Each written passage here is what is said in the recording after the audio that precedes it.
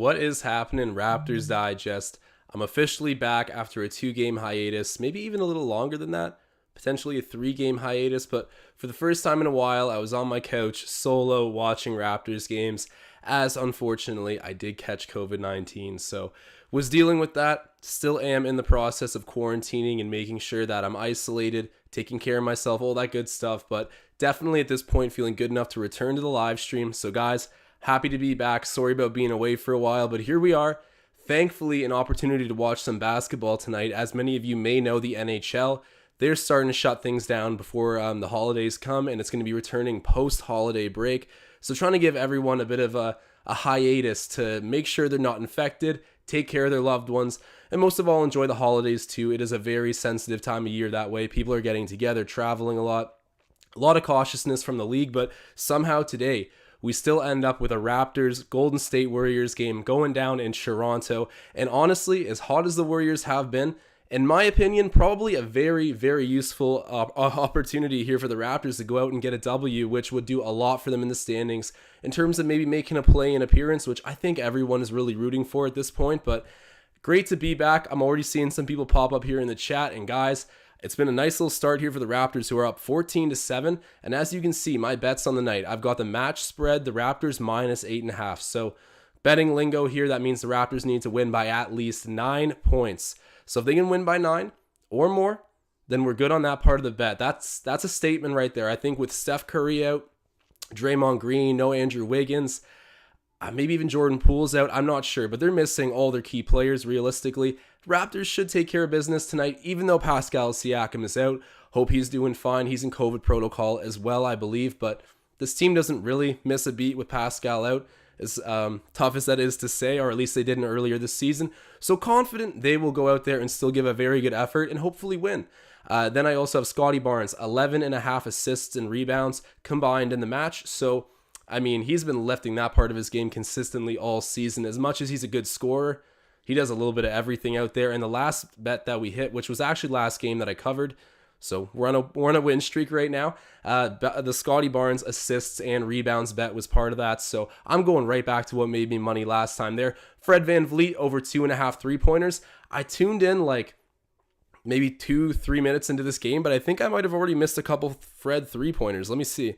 So Fred VanVleet currently, okay, he's got 1 3-pointer made. I'll check the rest of the bets here in a second, but very early, Fred already has 1 3-pointer, and then OG Anunoby returning to the lineup after his abdominal injury, I believe, or was it his hip? One of the two. Either way, OG has been out for a while now after a really good start to the season, and we get to see him back tonight versus Golden State, and I need him to get at least 14 points in the match. And it doesn't say, but this whole parlay is plus 850 odds through the Bet365 Bet Builder feature. And if you guys have any parlays or bets of your own tonight, definitely let me know, guys. I always want to hear them. We got Susie, Jeff for Sale 1, Fanfiction, Pop Tart, Mustafa out here. The whole gang, I'm excited everybody's back in the chat. Tom M saying, hope you're feeling better. Josh, I am feeling a lot better. That put me on my butt for a few days there, but thankfully I'm double vaxxed. So had a relatively easy experience with it, even though it was a difficult couple days there at the beginning. But appreciate all the kind words, and I'm definitely happy to be back right now. And speaking of the game right now, Justin Kuminga, a player with the ball who I think is vastly underrated. In the Summer League, I was blown away with his tenacity when attacking the basket. This guy, I mean, he'll get a lot of poster dunks throughout his career in the NBA, and he's going to get fouled a ton. I mean, he attacks the rim with a purpose. I got to say, Justin Kuminga panning out better than I thought he might initially do. And then a tough and one. Gary Trent Jr. connecting on the mid-range J. The Flames are coming right back on, folks. Gary Trent Jr. It's 16-7 right now for the Raptors. Big bucket for him, just backing down Chioza, who looks like he might be my height. Gary Trent Jr. cashing it right there for the Raps. That's a big bucket. Mustafa saying, realistically, we should be winning tonight. I agree. The Warriors are sitting so many guys. I don't really think not having Pascal slows us down that much right now. We played really good with them out of the lineup early in the season. I think we should get this done. Plus, they're in the second game of a back-to-back on the road. The Warriors, deservingly so, are underdogs in this match. Oh, and Kuminga almost with a double cock dunk, but gets deterred by Scottie Barnes, and we're going the other way. Lay in for Gary Trent Jr. going coast to coast. That's a hype sequence right there. Good subtle defense by Scottie Barnes to contest the other rookie at the rim there, and Justin Kuminga, who just missed a highlight reel dunk, one that I've been hyping him up to always be getting. Kuminga's a player. I'll leave it at that. Golden State misses, and Fred VanVleet, quick to find OG. Tosses it out to Gary. He's been shooting a lot. Misses from three. Scottie with the rebound. We bet on that. Fred from three. Misses, but I'm still going to make it rain right now because Scottie Barnes picking up his first rebound of the match. Need a few more of those to come and some assists as well. Oh, and that's an ugly turnover for Golden State. Bring it on 15 saying not interesting game matchup tonight. No superstars / all-stars playing. Back to Summer League, LOL. Yeah, it does have that kind of training camp feel to it, at least if you look on the Golden State Warriors side of things. The Raptors still have their guys out there for the most part. As I said, no Pascal Siakam. Maybe I'm missing someone else. Still no Khem Birch. But for the most part, we're still watching Gary Trent Jr., OG now back in the lineup, Fred VanVleet, Scottie Barnes. There's still a lot to look forward to here. And speaking of Scottie Barnes, finding Fred VanVleet for the three. That right there is sweet. Guys, I'm going to need to make it rain again while the Flames are on. The cash is catching fire at the moment. Scottie Barnes, really nice assist, swings it down to the wing. Fred VanVleet splashing a three. That's his second of the game and probably Scottie's first assist. But Looney with a nice dunk at the other end for the Golden State Warriors. And Tom M pointing out no Banton as well. So Delano Banton not playing with the team tonight. And it's a shame because he would look clean on this OVO style court right now. I think he was actually the model the team used when they were first displaying the retro jerseys with kind of the new wave color. It's the black and gold OVO. I'm sure you guys are looking at it right now too. Looks crisp, and I wish I could see Delano put on one of these jerseys tonight, but hope he's taking care of himself. And a nice front court pass. Freddie VanVleet finding the Canadian Chris Boucher, who's been figuring out a little bit as of late with the Raptors, starting to get his roll back a little bit, getting the ball to fall on offense, which was a big issue for him early in the season. I mean, with no Khem Birch, Precious has been out as well. It's been a bit of an opportunity for Chris to come back and regain what he was missing from last season. So I'm happy to see him up in the intensity a little bit. And Toscano Anderson, I kind of butchered that pronunciation. Toscano Anderson just gets fouled, so he'll be shooting too, but no bucket there for him. We're just getting a replay right now. Scottie Barnes finding Fred VanVleet down in the corner. That was sweet. I also got a comment too on the fact that we found a bit of budding chemistry between Pascal Siakam and Scottie Barnes. Didn't really expect to see that. A lot of people thought that it would be not complimentary having them out there at the same time, but rather conflicting two big power forwards that want to play in the post. It's worked out really well, and I think it's because both of them aren't afraid to play make, and I'd actually go as far to say it's like Scottie's big time stealing strength. So they've done well together, but tonight with no Pascal in the lineup, hoping Scottie can just take right over and hopefully get back to number one in the Rookie of the Year ranking, because Evan Mobley's had that locked up now for at least a couple weeks.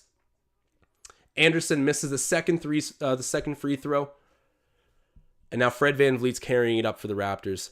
1-800-Lunatic sending some more positive wishes, saying, glad to see you're feeling better. Appreciate you, man. I am definitely feeling a lot better than I was a few days ago. Scottie Barnes in the mid-range. There we go. Bringing up the heat again, guys. I'm going to be abusing the fire animation, but hey, that's a good thing right now. Raps are playing good. 25-10. They're up by 15 already with 4:10 left in the first quarter. Gary Payton Jr., the second out there for the Golden State Warriors, who's turned out to be a really, really good pickup. He went through the Raptors organization. He went through our G League, a few games also at the big club level. Didn't stick with us. I mean, we are relatively deep at the point guard position, or at least when Kyle Lowry was here, we were.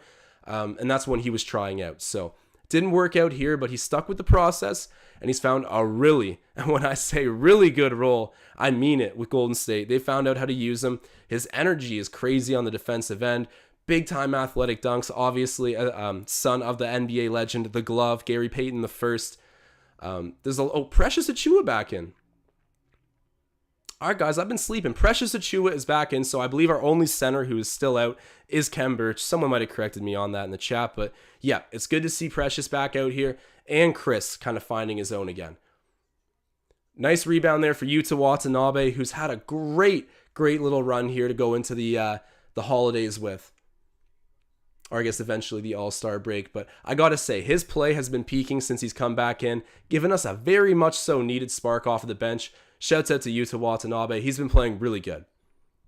Fred VanVleet jacks up a three, misses that one. Loose ball foul, though, I believe on Courtney Lee. So Scottie Barnes draws the foul. It's staying Raptor ball right now. Love to see it. So GP2, Gary Payton II, is a sneaky 28-year-old. That's what 1-800-Lunatic is saying. Yeah, that he is up there in age, right? He's one of those guys that's had to grind it out in the G League, probably played multiple years of college as well. Don't write them off as contributors to a team that's ready to be there. As like an OKC or even Toronto, who's now retooling. I mean, 28-year-old just kind of coming into the league isn't what we're going to be looking for, but for a team who's already there and just needs role players, I mean, I'm so happy to see Gary Payton fitting in there with Golden State. What a pickup for them. I remember the Golden State also had Alfonso McKinney, who's a essentially recycled Raptors G League player as well. We end up facing him in the finals the same year we waive him. And Golden State, because they were not nearly as deep as that 2019 Raptors championship team, Alfonso McKinney was playing like in the clutch minutes versus the Raptors, which was crazy to me for me to see as a team that just waived him probably months ago. He comes back to face you in the finals with the Warriors. It just speaks to how deep that roster was versus how deep the Warriors roster was when they had that basically four-headed snake in Draymond Green, Steph Curry, Klay Thompson, and KD on the roster. That's a lot of contract to have locked up in your top four. So I guess that's how an Alfonso McKinney ends up on your roster. But I'm going to look back to the chat here because some people right now are talking about what I think about Nurkic. Tom Duke bringing that up. Mustafa bringing it up as well. Could be missing someone else right now as well. But Yusuf Nurkic is now officially someone who is on the trade block, supposedly, according to reports.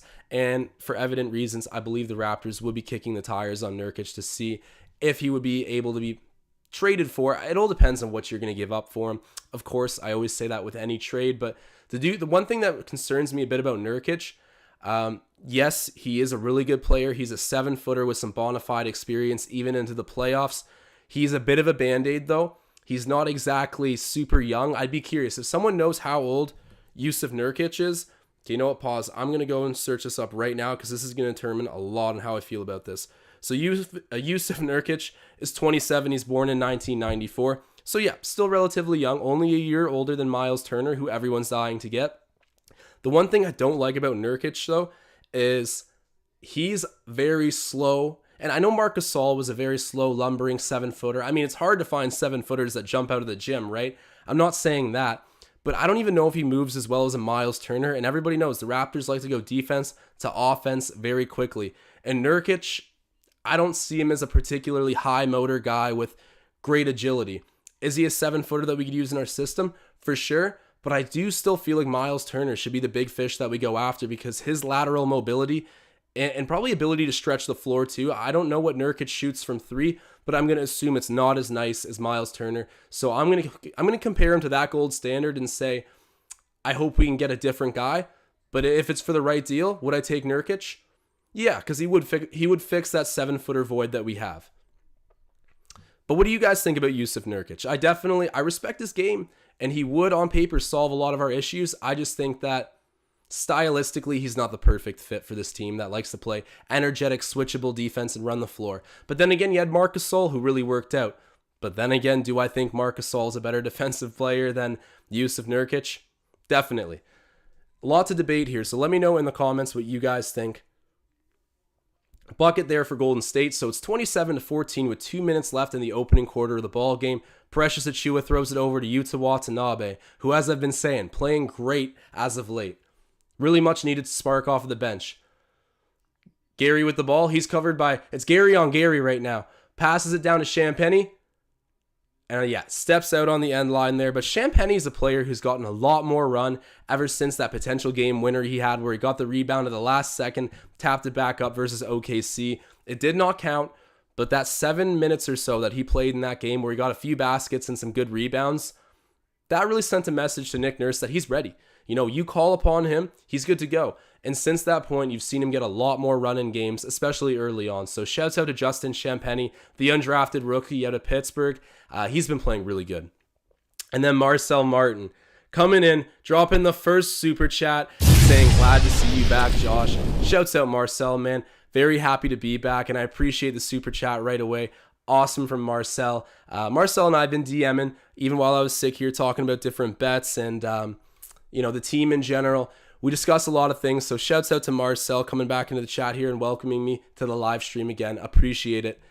And we got a good game on our hands here, guys. If you're watching right now, stick around. I'm really hoping the Raptors can pull out a W and inch their way closer to that play-in game. I think it can happen, guys. I don't want to settle for less than a play-in game right now, because if the Raptors can get there, I think that they can win it and ultimately get a lot more out of a first-round, hard-fought experience. Maybe you win, maybe you lose, but get more out of that than, and Scottie Barnes. Scottie Barnes, man, the Flames are coming right back on. Going coast to coast, cutting through 3 defenders and gets fouled and finishes off the glass, man. Freak athlete, freak finesse, Scottie Barnes. Heating up right now for the Raptors. What a play. But what I was saying is I would rather see a hard-fought play-in experience where you get into the first round afterwards and you build character and development and all of that, all the things that, draft picks can't buy you. Real playoff experience. That's what the biggest key, I think, is to moving on and winning a championship. Like, look at the Raptors' path to a championship. This did not happen overnight. We had to learn a lot of valuable lessons through losses in the playoffs. And if Scottie Barnes can have a playoff experience his first year, that was clean. Yuta Watanabe going up to contest Kuminga.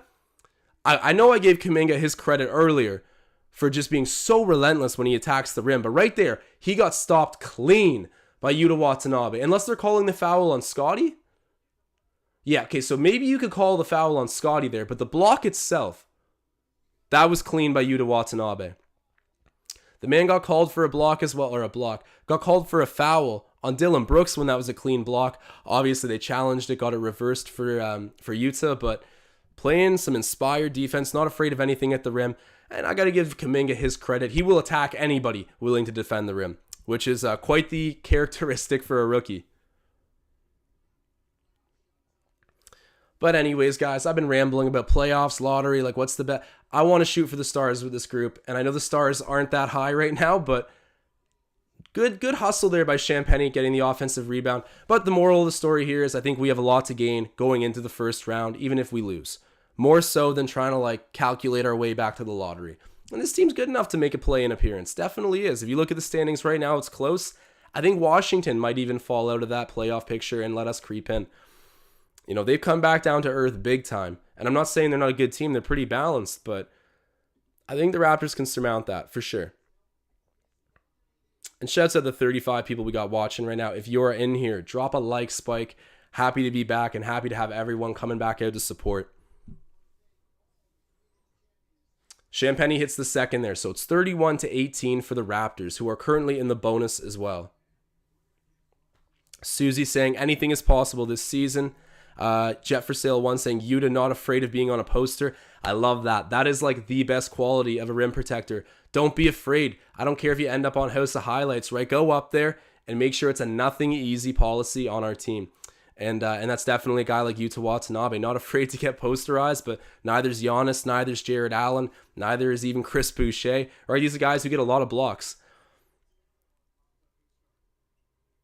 And shouts out to Magnetic Jollage saying, "Sup, Josh? Magnetic, how you doing? Happy to have you back in here. First game back in a while, so appreciating all the love already and getting to see a Raptors big lead here after the first quarter. I think I just said the score out loud. So yeah, 31-18 at the end of the first. Not bad at all, guys. I think I definitely put my money where my mouth is, hitting the Raptors on a -8.5 spread. I just saw a lot of money there. I think even that was plus 100. So that's double your money back for betting on the Raptors to win by -8 by at least 9 points tonight. So I like that bet. The Warriors are missing way too many guys for me to consider them any kind of favorite. They are clearly the underdog here. So putting my money where my mouth is.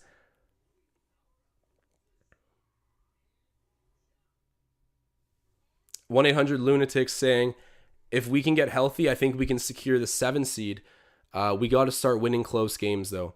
Definitely 110%. I think that the 7 seed is plausible. I do think that the East is a lot deeper now. The quality of competition. I don't think that the top end teams got that much better. I think the Bucks and the Nets are relatively the same, maybe even a little bit more tame than they were the year before. But just the overall level of competition and parity in the Eastern Conference, it's up. So there's way less off nights where you can just take advantage. So to have a gift like this versus Golden State, I mean, you gotta take full advantage of it right now if you have any hopes of making the playoffs. And you would have said the same thing about the OKC game, but this comes back exactly to your point here that we gotta win close ones. And that OKC one was almost won, but the fingertips of Justin Champagny like a millisecond too late. I'd rather have these struggles early on in the season, and then when we start to hit that critical period where winning teams buckle down, I'm praying the Raptors are one of them too. So we'll see. But 7 seed, interesting ceiling to go with. Definitely not possible. I'm optimistic. Magnetic saying, going to be a 35-point win at least. I should have bet that. That would have been big money. Tom Duke saying, Josh, how big of a deal is the border going to be? Going to be double vaxxed? Good for the Raptors. I'd be really skeptical to think that the Raptors, or I guess Canada in general, is going to go back to a internationally locked system right now. I think that they're just going to deal with this outbreak with domestic lockdowns and whatnot. But to think that they're going to go start preventing travel for essential employees, like I guess the athletes have been deemed, I think that they will still be fine. There shouldn't be any realistic effect of the COVID situation on the players' ability to travel right now. I think so long as there's a league with games going on, everyone will be participating equally, and I think that will be the rest of the season. But right now you have a bad outbreak, so could I see there being a week or two pause on the league? At some point, yes, I could see that happening. But once the league comes back, I think all teams are going to be privileged and advantaged and disadvantaged in similar ways. No one team is going to stand out as like behind the 8 ball because of COVID. That would alienate Canada big time and the Raptors. Foul right there on who is that? On Moses Moody. So Moses Moody getting the foul there. Yuta Watanabe laying it on him.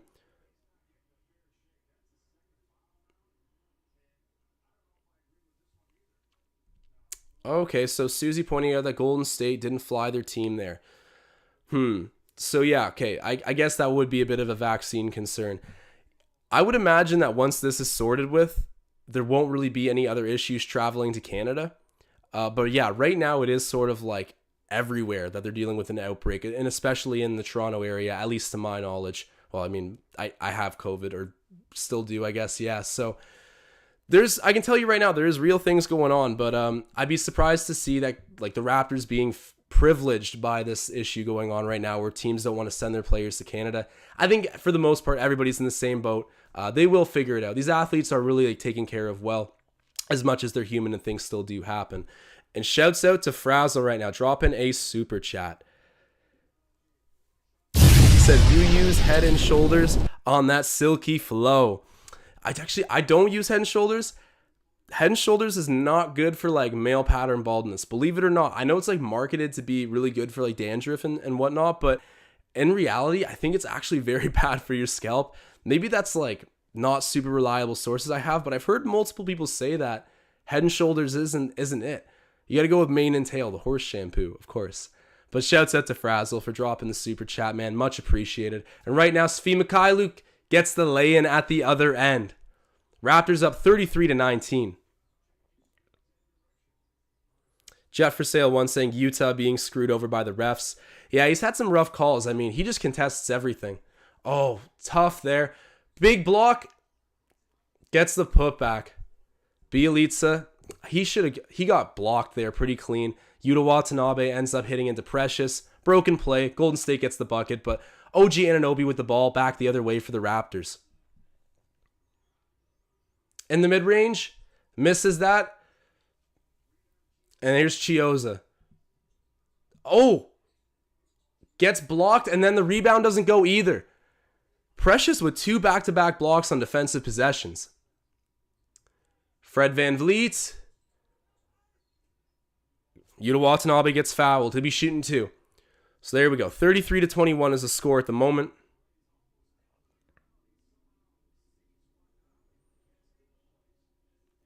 Nick M, actually, he's asking the important questions right now, saying, man, I actually want to know, Does anybody actually out Pizza the Hut? It's a good question, man. The deep dish at Pizza Hut. I don't know if anyone's out pizzaing that. But Susie asking if you had COVID, question mark. Glad you're okay, Josh. Susie, thank you so much. Yeah, I think at this moment I still technically do. But I've been isolating. I've been all good. That's why I haven't been on the past few podcasts. I mean, otherwise, I'm always trying to get on live. I've done them sick before, as you guys know. But this was one of those ones that kind of really put me on my back for a moment. But I'm doing better now. And the Raptors winning is making for a pretty fun, entertaining way to return to the live. So appreciate everybody who's tuning in right now. And then John Buchan saying, what are your thoughts on the Jake Paul fight tonight? Are you throwing down a line? Interesting. So apparently Jake Paul, three-pointer hit by Svi Mikhailuk, got to point that out. But apparently Jake Paul had a clause in his contract last time he faced Tyronn Woodley that said, you cannot knock me out. Like, that is like against the rules. If you win, but you can't knock me out. So supposedly that was like a big thing that everyone was saying was a real clause that they had in the contract, even though I have no confirmation of that. That's what everyone was saying. But it's being marketed that this time he has the full green light to knock out Jake Paul. I still have a weird hunch that Jake Paul's going to win. I mean, this is his production, his world. And I do have some respect for Jake Paul as a boxer. I mean, you have that much money and time and you put all of it into boxing and getting lessons from the greatest, and you are a pretty athletic guy. I do see how you get to like maybe a semi-amateur level of professional boxing. But I do have, Tyronn Woodley's a pro fighter. Yes, he's out of his prime. And yes, this is a basketball live stream, but this is a very good question. I don't know who's going to win tonight. I got to say probably Jake Paul, just because this is his fantasy and his world, his finances. There's always weird strings being pulled behind the scenes, but I wouldn't mind seeing Tyronn Woodley go out there and knock him out personally. But it's interesting. Let me know what you guys think in the chat. I already see Mustafa agreeing that Jake is probably going to win again.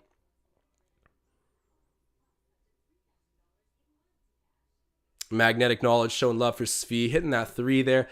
Love to see the bench players coming to life for the Raptors because it's been an issue recently. It's been an issue for sure, but finding the rhythm a bit more, and you love to see that.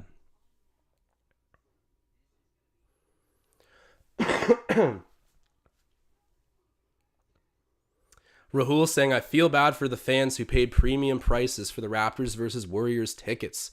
You know, Rahul, I got to come back to that point in a second. First off, I got to shout out Frazzle right now. Dropping another super chat. He's saying, imagine paying full - premium price for tickets to this game. In brackets, kids def got tickets for Xmas to go see Steph. Sad times we're living in. Hope you good, bro. Frazzle, thank you so much. I really appreciate it. And I do have to share a funny story with you guys. So I was supposed to go to the matchup Thursday, the Bulls and the Raptors, and I had pretty well near courtside tickets through my brother's girlfriend whose father works. His job enabled him to get the tickets somehow. I was supposed to go to that.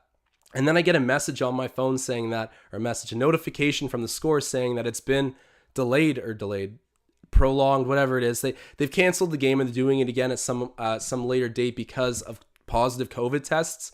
And so I was so bummed out. I was like, oh my God, of course the one time I'm going to get like basically courtside to see the Raptors, that's canceled because of COVID.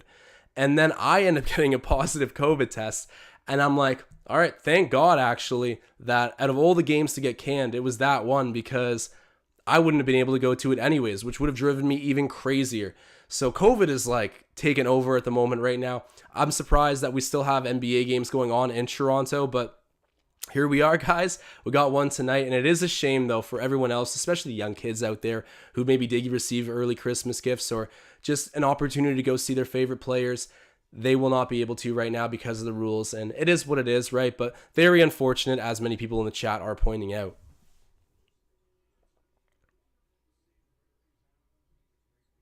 We got 47 live viewers. If you guys are watching this right now, drop a like spike. It's always appreciated.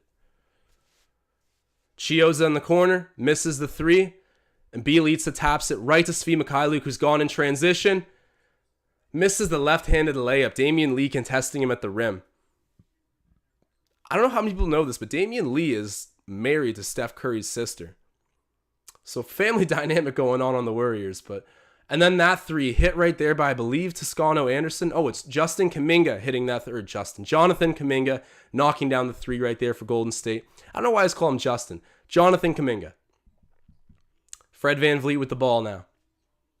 Takes the pick from Chris Boucher, jacks up the three, hits it. So Fred VanVleet, I'm making it rain right now. Fred VanVleet has at very least hit his part of the bet. I think that's his third three-pointer for sure.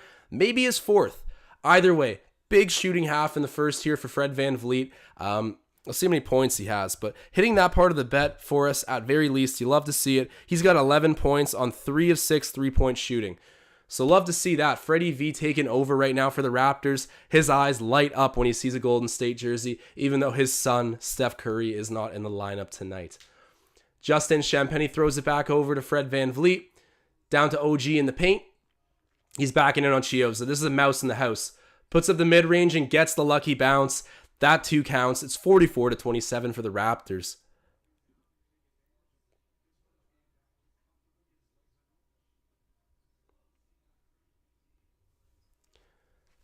Courtney Lee cuts in. Damian Lee cuts in, misses that, and now it's going the other way. OG Anunoby, so happy OG's back. He had a great start to the season, and then gets called, I think, for an offensive foul here. They're saying he pushed off on Damian Lee. And Mustafa in the chat saying, how's the Scottie bet going? So right now, my Scottie Barnes bet is he's got 2 rebounds and 2 assists. So, not great, but like, if he can get at least one more going into halftime, which I think he will, we're pretty well on pace. I'm not too worried about that one yet, but yeah, he's got 2 rebounds, 2 assists. He needs 12 total combined in the match. So we'll see where that goes. He's got 4 combined at the moment. A lot of game left to be played. And 1-800-Lunatic pointing out that OG's got some crazy hair at the moment. You're not wrong. And there's Kuminga passing it to absolutely nobody in the corner. His man cut. He didn't notice. Ends up throwing it out of bounds. But Fred VanVleet quick taking it back the other way. Finds Scottie Barnes. Oh man, I hate when it's that close to going down. It just rolls out. It makes me feel like my player got robbed of a stat. Kuminga misses the 3. And then, yeah, perfect. Scottie Barnes drawing the loose ball foul. It's Raptors ball. Kevon Looney committing it there for Golden State. And Magnetic Knowledge coming in with an interesting take here saying David Johnson should see minutes tonight.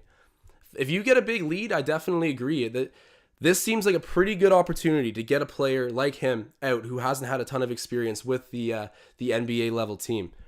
So watch for David Johnson tonight. I've heard he's had a really good G League season. It would make sense for him to get some run tonight.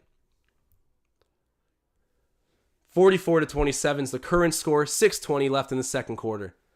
Chris Boucher throws it back up to Fred VanVleet. OG Anunoby's looked good since coming back into the lineup. Gary Trent jacks up the 3 and hits it. Corner 3 for Gary. Flames are on, ladies and gentlemen. Marcel Martin saying, let's get our bench some minutes. David Johnson is mid. Marcel not feeling the love for David Johnson quite yet. He'd rather see some of our bench players get those valuable minutes. You know, I'm not against either one. I think that Nick Nurse will see what mouths are most hungry and deserving of some minutes, and he'll reward it accordingly. I have questioned his decisions this season with the rotation and who gets minutes, especially a lot of that early Banton over Malachi. But for the most part, he always gets it right. So I got to hope that he rewards the right players tonight if we get a big lead and the bench is clear. Nice rebound there for Scottie Barnes. You guys know I needed that one. I'll make it rain really quick. And then, the assist down low. Oh my God. How do you miss that? I hate to do this to our own guy. But that's cold, man. That's cold. How Justin Champagnie missing a pretty well wide open layup there underneath the rim. He did have a guy underneath him, but still went up uncontested, puts it too strong off the glass, and robs my guy Scottie Barnes of another assist. Scottie Barnes gets robbed of assists like it's his day job. The man should be averaging like 4 point something on the assists, but instead I think it's like low. It's like 3 point something low. Either way, he should be a whole assist up from where he is right now on the averages. Get a young team. Got to work on finishing.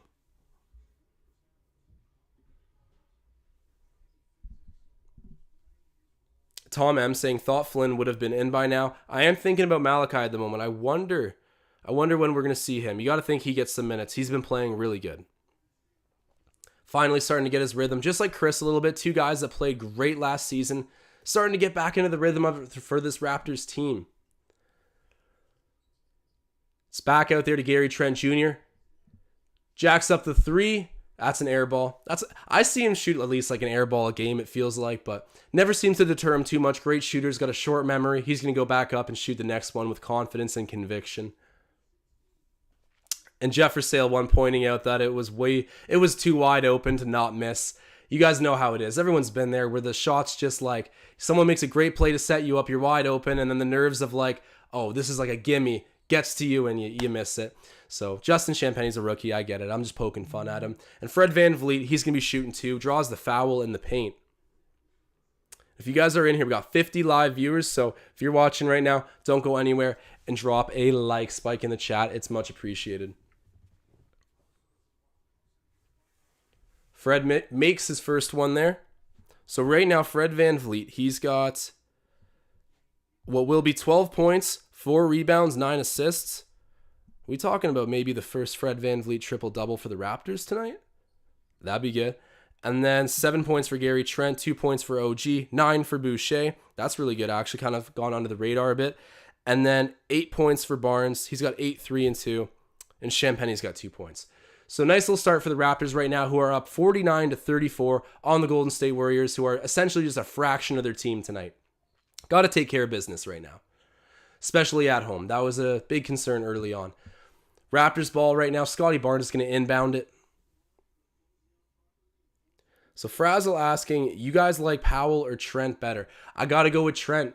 Trent's just like more defensively up to the assignment, in my opinion. I know that Powell was a sniper, played really hard defense, but Gary's more consistent than he is offensively, and his defensive upside, I think, is higher for sure than Norman Powell's. And it's mainly just because Gary Trent Jr. is a bit bigger. He's longer, heavier set, and his intensity is just as good, if not a bit better, than Norman Powell's on the defensive end. I got to give the slight edge to Gary, but Norm is still a baller. A lot of respects to him. Champion forever in the city, but I stand by really liking that trade. The only sticking point is that Norman Powell signed a contract with a lot of term, whereas Gary Trent's got 2 years on contract. Then he's probably going to take the player option and go into free agency. And whether we retain him or not, who knows? But Norman Powell did up the ante for longer with Portland. Overall, I'm still happy with the trade. Makes sense. Happy that Gary Trent Jr. is here for sure. Yeah, Magnetic Knowledge saying, he's putting it pretty well, saying, love Powell forever, but I'm a Gary guy. And Jet for Sale 1 loves both too much to choose. Scottie Barnes shoots the 3, misses that. Champagne with the rebound and ends up in Fred VanVleet's hands. Let's see what Fred can get going right now. Finds Scottie back in the low post there, covered by Kuminga. Rookie on rookie, mono. Scottie Barnes, how do you miss that? No. Oh. Gets his own rebound though, kicks it out. That was such a good take. It just rolls out of the rim. And then Fred VanVleet knocking down the 3. That is a big bucket there for Fred. Broken play under the rim. Steve Kerr's going crazy. Somehow Scottie Barnes recovers his own rebound, kicks it out. They pass it down the wing, and then Fred VanVleet there to hit the contested three-pointer in the corner. Yeah, Looney was fully out there, but Fred getting it to go. Love to see that. Scottie Barnes not giving up on the play, keeping it alive, and gets rewarded. Yeah, Frazzle saying Kerr is mad. He is mad.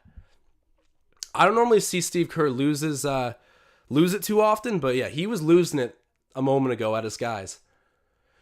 So let's see. Right now, how does that leave Scottie Barnes? He's got, so 4 rebounds, 2 assists now. So at this point, we are now on pace, even if he didn't record another assist or rebound for the rest of the half. Fingers crossed. But we got a lot of different things to hit. So OG Anunoby still needs a lot more points. He's going to be on restricted minutes tonight. He only has 2 points at the moment. I need him to go get 14. And then that's really, that and then the Raptors winning by at least 9 points. Those are the 2 big ones in question right now. But I like the Raptors' chances still. OG is really the only guy that needs to kick it on for me. If you guys are watching right now, drop a like spike. Shouts out to 50 viewers who are tuning in at the moment. Jeff for Sale 1 saying Scottie got denied by the rim. It was weird. He went to his left hand there. He did look like he was about to dunk it, but then he took it in his left and just tried to lay it in, but it just looped around the rim and then shot out a little too quickly. Had a bit too much momentum going in, but So close. Like that looked like it was down and it popped back up. Nothing like Scottie Barnes getting robbed statistically. Of course I'm kidding, but like that's tough. So Meow the Cat asking, is Curry on COVID watch? I don't think it's COVID watch per se. I think he's just, they're not going into Canada tonight, a lot of their essential players, just because, I guess, a bit of the uncertain situation. I'm not fully sure what went into that decision, but they've got guys listed with a bunch of things. I'm pretty sure that half of them are just, it's not even a rest thing. It's saying they're injured with little things. It's got to be that, yeah, they're really uncertain about the breakout situation and are just keeping their top guys on the bench until they're certain about what's going on with league health and safety. They didn't even travel to Toronto, supposedly.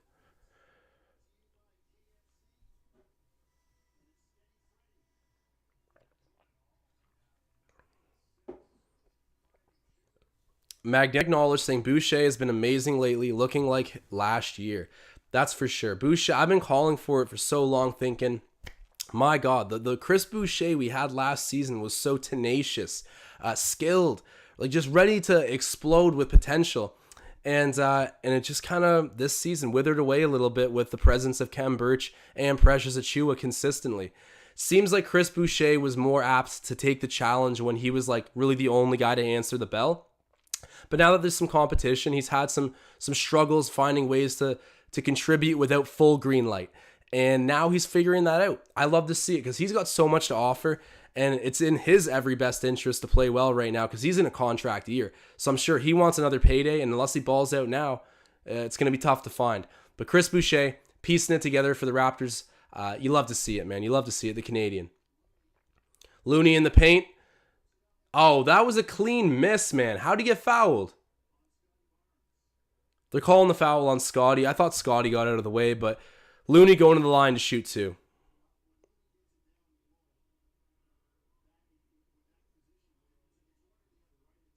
Yeah, I gotta say, I'm not upset about these injuries. These selective absences on the Warriors tonight. I'll take the win. I don't care. I want us to get to the play-in game, and we've had a few games seemingly robbed from us, so something like this, I'll go ahead and take it. I'm not mad about it. I don't think anyone else here is either, but as they're pointing out in the chat, Magnetic Knowledge saying, all wins count, bro. That's the fact. And same with Jet for Sale 1, reaffirming that point there. And here's Looney about to shoot his second at the free throw line. Score right now is 53-35 for the Raptors, 2:38 left in the second quarter. We're coming up on halftime here. And Looney hits the second one, so make that 36 on the Warriors side of things. Scottie Barnes dribbling it through his legs on his way up the court, looking like he's having a bit of fun with it. Things are loose right now. I like it. OG. Oh, nice one-handed pass out to Chris Boucher. Oh, robbed of another assist. I need to make this an animation. Scottie Barnes is setting people up like Magic Johnson out there, and no one can hit a shot. His nicest assists don't result in finishes. It sucks. And Fred VanVleet there to get a big steal. We're coming back the other way to Scottie in the paint. And one. Let's go. All right, Scottie. Show him what you got. That is unreal. Damian Leach fouls Scottie Barnes there in transition. Fred VanVleet finds him. One hard dribble, and then it's to the rim. He kind of rocked Lee there, too. I'm happy that rookie's on our side. I'll just say that. And then here we go. We got another super chat right now coming in from Marcel Martin saying, our win tonight won't mean much in the short term, but in the long term, I hope it builds confidence. Marcel Martin just saying the correct things here right now. You're right. In the short term, it's like, yeah, you took care of business on a gimme, but that's what playoff teams do. And we didn't take care of business on a gimme when OKC was in town. So I'll take that little bit of progression and maturity and closing out games that you should, right? Like this is a good, anytime you put up a win, it's good. And especially in the greater scheme of things, not only momentum-wise, but just physically in the standings, you're going to need to have some wins to back up your chances of getting into a play-in game at the end of this thing. And the more meaningful games you play, the better your players get. That is truly my opinion. So Scottie Barnes, I want to see him get into his, I want to see playoff Scottie as rookie Scottie. Same Scottie in the playoffs. You guys get what I'm saying. Rookie year for Scottie getting into the first round would be nice because this kid's got a lot to offer. He's a gamer. And by the time the playoffs come around, I mean, we're kind of working with like I don't know if I want to call him a star yet, but He's basically already a star. Who knows what kind of difference maker he can be. And the playoffs is where you get all your respect. So I'm excited to see that happen if it does. All wins count. That's really the motto here. 53 live viewers. If you guys are watching right now, definitely drop a like spike. I appreciate everybody tuning in. Scottie Barnes hits his second free throw. Raptors are running back on defense. So I saw Susie pointing out that Kyrie returned to the Nets because they're so short, but I'm pretty sure that Kyrie returned, and then all of about like a day, like 24 hours later, if that, he ends up going out with COVID protocol, so maybe some contact tracing. It's just hilarious. This crazy anticipated return of Kyrie. Like finally they're going to let him play, and then 24 hours after returning to the lineup, he's out with COVID protocol. I feel like they just let him come back just to like hit him with that and really send home their message of get vaccinated. Oh, and Fred VanVleet. Big time three-pointer right there. That was deep. And that might be a Scottie Barnes assist too.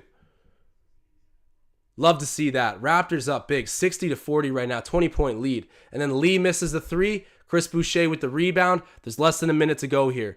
Anunoby with the ball. He's going to, does not take it. Sends it to Gary Trent Jr. And that's an offensive foul. They're saying that Gary Trent Jr. extended his elbow there. I think the Warriors players sold it a bit, but I get why that call was made. Yeah, so that should be an assist right there. I'm going to make it rain really quick. That's another assist coming from Scottie Barnes over to Fred VanVleet, knocking down another three. I got both of those guys in the betting lines for those exact things tonight, so you love to see it. Bielitsa throws it to Looney, who's in the paint right now, covered by Boucher. And we have a loose ball foul. I think it's about to be charged to Scottie Barnes. Or is it OG Anunoby they're charging it to? Either way, Raptors pick up a foul here. Golden State's not in the bonus yet, so it's just going to be inbounds. Lee's throwing it in for the Warriors. Meow the Cat pointing out a very firm fact here, saying Fred would have dropped 50 on Curry. As I said earlier, Curry is his son. He's got to do some parenting right now and drop 50 on his head. But unfortunately, Curry did not make it to Toronto. Otherwise, that would be the performance we're getting. I also just love the kind of intensity Fred VanVleet brings on defense when Steph Curry's in the game. If you guys saw the 2019 NBA Finals, which I'm assuming you all did, you know what I'm talking about. I had to get my VanVleet jersey back there pressed with the NBA Finals patch because that's just my favorite version of Fred. Scottie Barnes working right now in the post. He's going to go up with a take. Gets it to go. And one. Scottie Barnes, man. He is revitalizing old school basketball. It's so crazy to me. He is like... He does all the things that modern players need to do while also showing a flair for old school basketball finishing. Scottie Barnes, man. 5.5 seconds left in the half, too. Gets the free throw to go. It's 63-42. 21-point lead. Chris Chiozza has it. 3, 2, 1. Jacks it up. Misses it. So a 21-point deficit is what the Warriors are looking at going into halftime here. And the only thing looking like it's potentially slowing my bet down at the moment is my gamble on OG Anunoby points, which, I mean, I'll just say it. It was a gamble. As you can see, it's the last one I added to the list there. It goes the spread, Scottie Barnes, Fred VanVleet, and then OG Anunoby. I'm not going to lie. That kind of goes in descending order of confidence. And right now, I am getting bit for my least confident play. You got to hate that. You get greedy. I mean, this is like a plus 850 parlay. So, oh, there you go. This is how Vegas makes their money. It's idiots like me who will get 3 out of 4 picks correct and then just squander their parlay. We'll see. A lot of game left to be played, but I do love what I'm seeing in general from the Raptors right now. So at the moment, Boucher with 9 points. Trent with 7. VanVleet already with 20. Okay, I wasn't seeing that. So maybe this 50 piece that we're talking about in the chat could be somewhat possible. Who knows? I mean, Fred VanVleet's done it before. He certainly has Golden State's numbers. So 20 for Fred. He's also got 25 and 10 for Fred. And 3 steals and a block. No turnovers, no personal fouls. He even has an offensive rebound. Okay, guys. Fred VanVleet's having a special night statistically right now. Of course, he's looked good just eye test wise, but now that I'm looking at the actual stat line, he's stuffing the sheet. So efficient. not costing his team at all. Like I said, no turnovers, no personal fouls. I mean, I got to give Fred VanVleet his flowers at the moment. I'm going to go ahead and put just the flames on for Freddie and the money too. Why not? I mean, he deserves it all. Fred VanVleet showing out for the Raptors. And then this just gets even better. Scottie Barnes, 15 points, 4 rebounds, 3 assists. He's shooting over 50%. And he's missed both of his attempts to hit a three-pointer tonight. No defensive stats either. But Scottie Barnes starting out really good offensively. He's never scored 30 points in an NBA game yet. If he could do that tonight, that'd be really good. And I know Mobley, hope he's doing well. He's out with COVID protocol. So if during this little hiatus here for Mobley, Scottie Barnes can just keep ramping it up and having big performances, I'm expecting a Rookie of the Month award for Scottie Barnes and hopefully a Rookie of the Year respectful #1 standing for my boy Scottie, who I think is going to end up lifting the award at the end of the season. But I know you guys already feel the same. And yeah, 1-800-Lunatic saying Fred already has 10 assists too. Jeez, letting that out in my best Toronto man voice right now. Fred VanVleet, if he gets 5 more assists, this is 5 more assists. If he gets 5 more rebounds, this is a triple double, which can happen very quick, right? Like I know Fred's not necessarily known to rebound the ball, but he's had his moments in games of getting a fair bit of rebounds just by virtue where he's at. High IQ player, feisty. He could get a triple double tonight. That would be nice. But shouts out to Fred. He's playing a great game. Anybody else I'm missing here on the stats? Shenpenny has 2 points. Utah has 1. Svi Mikhailuk has 5 points. We saw him hit a three-pointer. Also get a bucket to go with that. So he's having a nice game too. The bench pieces need to be picking it up for Toronto. That's been the recurrent narrative really over the past whole season. I'm just going to say the whole season. The bench has been exciting in their own right because they're young and talented. But in terms of actual league efficiency, it could be better. The starters, really good. Really, really good. But the bench, if they can bring it up a little bit, then I think you're definitely looking at the play-ins, potentially playoffs. As we were saying earlier, the 7th seed is like the ceiling for this team. And if they could get there, not need to go through the play-in and just go right into it, I mean, that'd be ideal. Or I guess the 7th seed's still in the play-in, right? It's the 6th seed that's safe. Either way, the better the seed, the more I think that we've developed. So I'm going to go ahead and root for as many Raptors wins as we can, regardless of who's in front of us on the court, because obviously tonight it would have been Curry, Draymond, Wiggins. And I got to shout out Wiggins really quick. Wiggins is just playing out of his mind. He's playing like an all-star. Seriously playing like an all-star. Andrew Wiggins, whatever they had him on in Minnesota, I think him and Kat didn't fit well, but in a system where they're like, all right, we're the guys, you just go out there and hoop. You got your thing to do, but let us carry the offensive load, the criticism. Let Draymond anchor the defense. All you got to do, Wiggins, is just take open shots when they're handed to you and play hard. Just go hoop. That's the message to him. Just go hoop. Don't worry about the expectations. Just go out there and do your thing. And wow, he has rewarded them tenfold for that D'Lo trade, and they did nothing to get D'Lo. They signed him and then flipped him over to Minnesota. It's when things are going good, when it rains, it pours, man. Like Golden State, free agency favors leading to a guy who's now debatably an all-star. Crazy stuff. And the wild thing is, too, I think that as much as Minnesota kicks themselves, they just weren't getting the same Andrew Wiggins. So as much as they can say, we shouldn't have dealt him, it's like he might have just never been that player in Minnesota. In Golden State, though, he is that dude. And it's crazy, too, because I know if Pascal got traded, the exact same thing would have happened, right? He would have gone there. He would have solidified himself as an all-star again. Golden State, I think, is the ideal place for a front court player to play. And just from the standpoint of you got so much spacing, all the attention's on Curry. Think about how many open paint looks and just how much more spread out the floor is when you got the Splash Brothers out there. They are going to be scary when Klay comes back, but shouts out to Andrew Wiggins, the Canadian. Tom M saying Wiggins out with health and safety right now, I think. Yeah, he is at this game for sure, but I just got to point out in general, just on his last few games, I watched him play last night, obviously in the first night of their back-to-back, and Wiggins has just been amazing me. Definitely excited to see him continue to represent Canada in the future. And Jeff for Sale 1 pointing that out, saying, now all he needs to do is play for Team Canada. Agreed. There's so many guys that I'm excited to see strap up and put on the Maple Leaf. We don't have a great situation at center per se, but still, NBA players that are going to be representing us as fives at the Olympics at some point. So, I mean, still, we're in a really relatively good situation, but the guard depth is really what just blows my mind. Bueno Kitty, another legend in the chat, coming in, dropping a halftime super chat saying, roster is healthy, who you start, next 5 off bench. Okay, so I'm assuming you're talking about the Raptors, not Team Canada. Bueno Kitty, if I'm incorrect, correct me, but for the Raptors, completely healthy. It's so tough because you can't sit down Pascal, even though like I'm a bit of a critic of his. I'm going to need to go with Fred VanVleet at point guard. Gary Trent Jr. at the 2. At the 3, give me Scottie Barnes. At the 4, give me Pascal Siakam.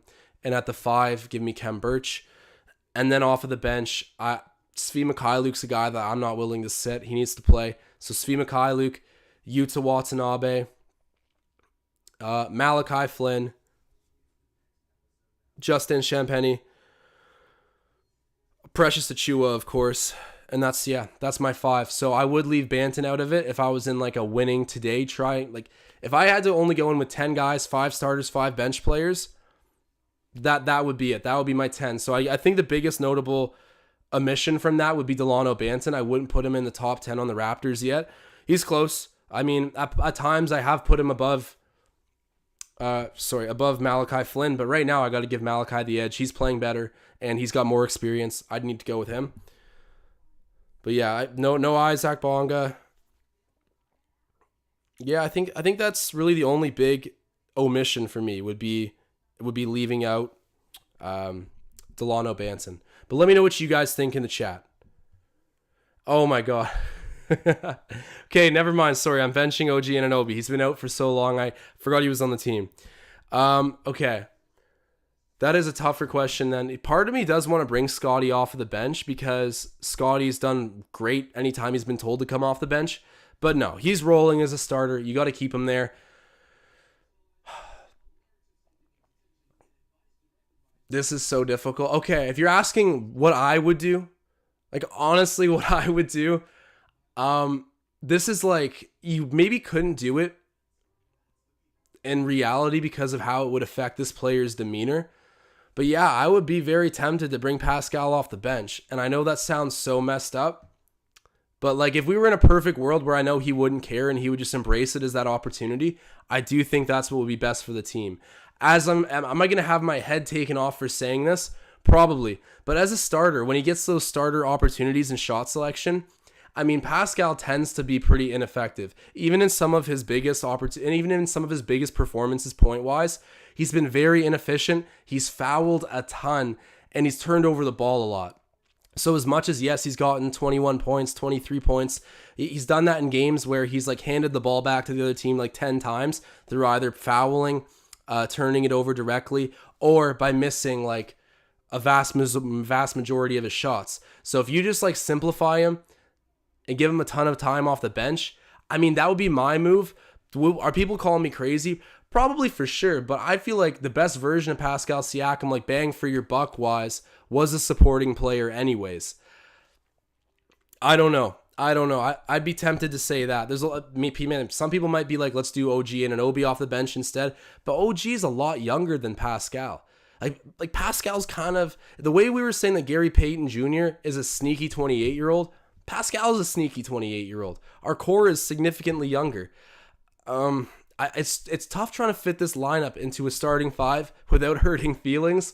But yeah, I think that if this was my team and I got to do whatever and no one was offended, I would consider putting Pascal to the bench to just make our bench great scoring-wise, help lower the competition that he faces, and then give our younger guys the opportunity to be the starting unit of the future and go forward.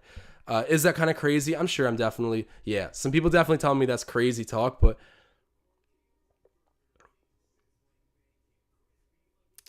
yeah, no, people tell me I'm crazy. That is fine. I get it, guys. I'm definitely branded as that guy who's too hard on Pascal, but I'm just playing it by the numbers. You know, you look at how he is as a starter, especially as like the primary scoring starter. It's bad defensively and offensively. He has his moments, right? He's a good player, but when you demand like number one things out of him, you're not getting the most out of him. So out of the guys that I would put to the bench, I think I would maybe consider Pascal, because think about how good defensively that starting lineup is without him. I mean, he's a good defender, but like he probably would be the weakest one in our starting lineup if he were to go back in. He gets abused on the baseline. So many fouls, so many turnovers. Yeah, people definitely call me cray cray, but yeah, I think that it would really hurt Pascal too to say, hey, we're gonna take you off the bench, right? I don't think that's the ideal situation for him. It's just like in theory, that's what I'd like to do. In reality, yes, you are tasked with a much more difference balancing act of how people are going to react, of what teams are used to. It's just, there's so many more factors that go into it. But sentimentally, I mean, that's where I would see like I'll change it from our starters to like our top 5 players. And Pascal, I think, is like officially starting to, with how much he costs us, he's bordering on it, It's tough. I know not everyone's going to agree with this. I'm always hesitant to say my honest opinions about Pascal.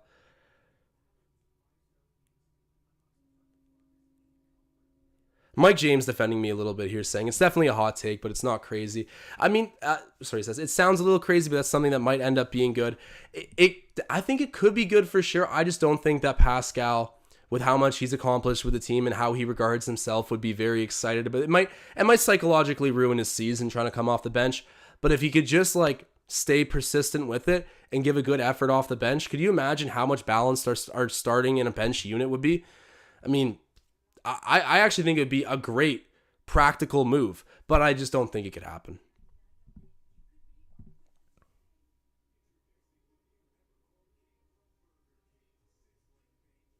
So Frazzle saying Siakam is only getting criticism due to the contract. Contract aside, he 100% has to be a starter on this young and experienced team. No, I hear the benefit of that too, but sometimes for me, it's about the efficiency, and it's also about the turnovers and personal fouls. I mean, you guys can look in the game logs for yourself, but some of his like quote unquote highest scoring tallies or best games, I mean, you look at the shots he took and he's very rarely efficient when he performs well. And that's just a statistical thing. And I get that you still need the presence and experience there in your starting lineup, but I mean, Fred VanVleet and OG Anunoby, those are two guys who are pretty seasoned. Kem Birch isn't like typically used to being a starter, but he's an NBA veteran. Gary Trent Jr. has been starting for a while now too. Scottie Barnes only known this world as a starter. I get it. He would help. I see. I can't dwell too much on the Pascal situation because I know I do have a bit of a jaded opinion on him, but it's just being honest about how I feel.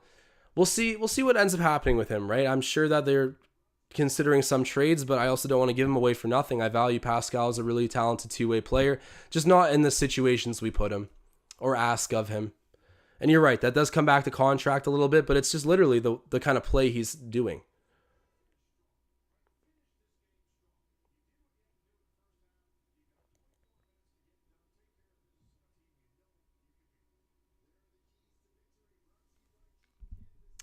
Yeah, so there's definitely some mixed opinions here, but I'll admit that for everybody who's saying I sound crazy, I do sound crazy. I get it. It's Pascal is a champion. He's he's an MIP. He's an All NBA player at one point. Like I definitely am just kind of loony for saying what I'm saying, but right now, like today, that's what I think would be good for the team, or at least like would give you the best effort collectively for your group. But I'm gonna hop off this topic quick.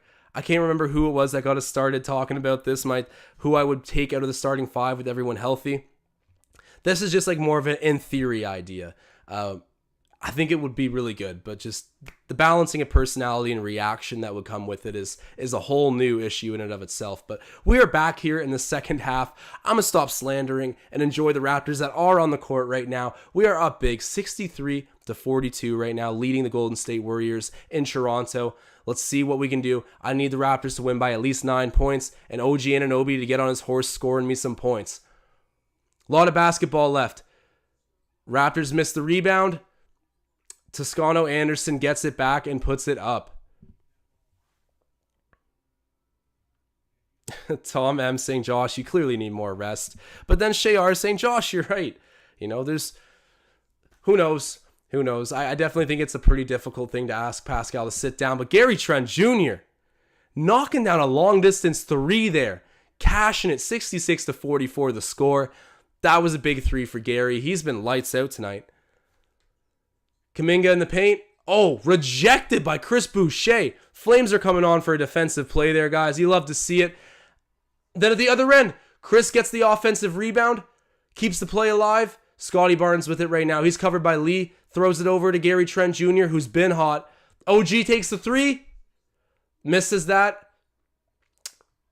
Oh, there we go. Chris Boucher gets the offensive rebound back-to-back times and bounces it off of Kuminga out of bounds.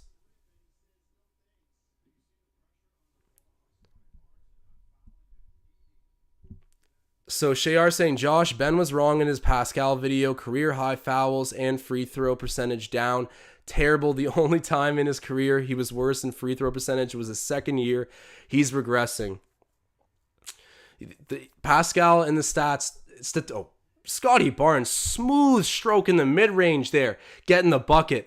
But yes, I gotta say, Pascal, he scares me, man. He scares me. He is still a lot to offer this team, but he's just, I don't think he's that guy, number one, that we want him to be. He can still add a lot of value, but, and a big time alley-oop, Gary Trent Jr. to Chris Boucher. Connecting there. 70-44 the score at the moment. And you love to see Gary Trent Jr. giving a bit of a salute to the Toronto crowd there after setting up Chris Boucher with the two-handed flush over Bielitsa a little bit. That was a nice dunk. Bonjour is how I'm feeling after that. We got 65 live viewers. If you guys are watching right now, drop a like spike in the chat. Man, it is always appreciated.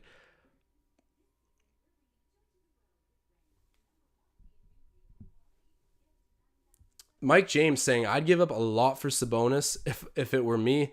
Turner would be a nice second prize, but that's who I'd want. I agree completely. I agree tenfold. That's definitely where I'm at. I think that's my number one target is to go after Sabonis, but I do think that realistically, the more doable trade would be Miles Turner. And I got to say, there's something about Miles Turner. There has to be a catch because he is young. He plays defense super hard. He's serviceable from three. He's got all these really good things. And it's important to ask, okay, so why does Indiana not want him? I know they're saying they're not using him right. But is it maybe the issue is that he wants to be the guy and isn't ready to be the guy? What's the catch here that's happening with Indiana? Because if I'm Indiana, I want to keep a skill set like that. But they've made it very clear that he's on the trade block, and same with Sabonis. Both two really young guys. I think that what might happen is they end up trading one and keeping the other. That would make most sense. But for them to trade both, it's like, whoa, you set back your front court big time in terms of needing to now draft and develop the guys to come in there. Whereas you just had it, right? Like I don't know about Turner being an all-star, but Sabonis definitely an all-star in your front court. And then Turner, like a big time league leader in blocks, a defensive specialist. You want to probably hold on to one of those guys to anchor your front court in the absence of the other. And I think that Turner will be a more fair price. But we'll see what they say for Sabonis because he is the better player, definitely. Yeah, Frazzle saying Indiana in a full-blown rebuild. Frazzle saying at Raptors Digest. So, did you get the Maddie bet I told your buddy? I didn't. Refresh my memory here, Frazzle. Let me know what you're talking about. I did not get any bets that I know of. Mike James saying, yeah, that's more realistic, but I can dream, LOL. I can dream too. I think Sabonis would be awesome, and I think Masai probably agrees. So if the right deal pops up, who knows? Who knows? I've been surprised before. But yeah, the chat's saying this is going to be a big-time rebuild for Indiana. Seems like it. And then we foul Golden State there, I believe. That was Bielitsa we foul. Hopefully that's not on Barnes. He's probably picked up a few already. I think that was on Boucher. But either way, Golden State going to shoot two here.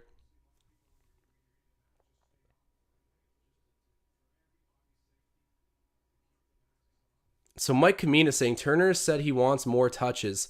Feels like a glorified role player. Interesting. So, I mean, we got a pretty deep team over here. I don't know how much better that situation will be for him. Because I think ultimately we do want him as a defensive specialist and then contributor on offense. But I couldn't see him averaging more than like 14 points with the Raptors. How much does he average right now? I want to say he's never going to be a high scorer because of how much he exerts himself on the defensive end. And we got a deep team, right? I think we're even probably right now deeper than Indiana. So I don't know if we're going to fix his issues, even though he'd fix ours. It's an interesting debate. And Shayar saying Pacers probably want picks instead of Pascal. If they're looking to rebuild, I mean, if they took Pascal, they'd be getting a front court player who's older than what they're giving up and probably not as good either offensively or defensively, one of the two. I'd be surprised. Scottie Barnes definitely got fouled there. That was a loose ball foul and a half. He got like body checked. Play continues. OKC holds on to the ball. It's in Jonathan Kuminga's hands. Kicks it down to Looney, who's covered by Barnes. Yeah, he doesn't want any of that smoke. Throws it down to Chris Chiozza, who shoots the open three. That was more than just open. That was like, he could have taken 5 seconds to get that shot off. What was the defensive assignment there? Raptors getting a little confused on defense. Chiozza knocking down the open three. It's 70-48 right now, so 22-point lead for the Toronto Raptors at home. Kuminga covering Barnes right now. It's rookie on rookie. Kicks it down to OG. OG fakes the shot, pulls up, gets the bucket to go. That's his 4th point of the match. So I caught a little bit of ground to make up here, but OG Anunoby slowly inching towards that 10 mark and then hopefully that 14 mark to hit that part of the bet. But I'll make it rain really quick for OG, who just gets his 2nd basket of the game. OG with the ball again. Goes up. Oh, you can tell his touch is a little bit off at the moment. OG with the ball again. We get the offensive rebound. Gary shoots the 3. Misses it. Fred VanVleet almost with a big offensive rebound over Chris Chiozza. Probably the only 2 guys in the league who are at 6 foot or less. And then Kuminga gets the flush dunk there at the other end. Raptors hustling at the moment, but still a 22-point lead. 72 over the Golden State's 50.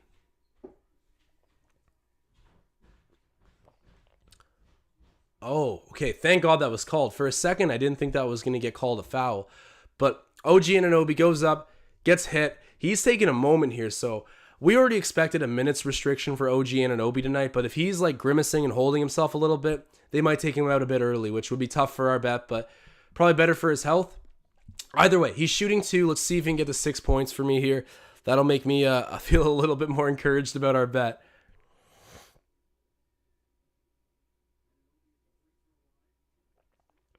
Oh, I think I just said OKC in the chat. Callum saying OKC gets the ball and Jonathan Kuminga has the ball.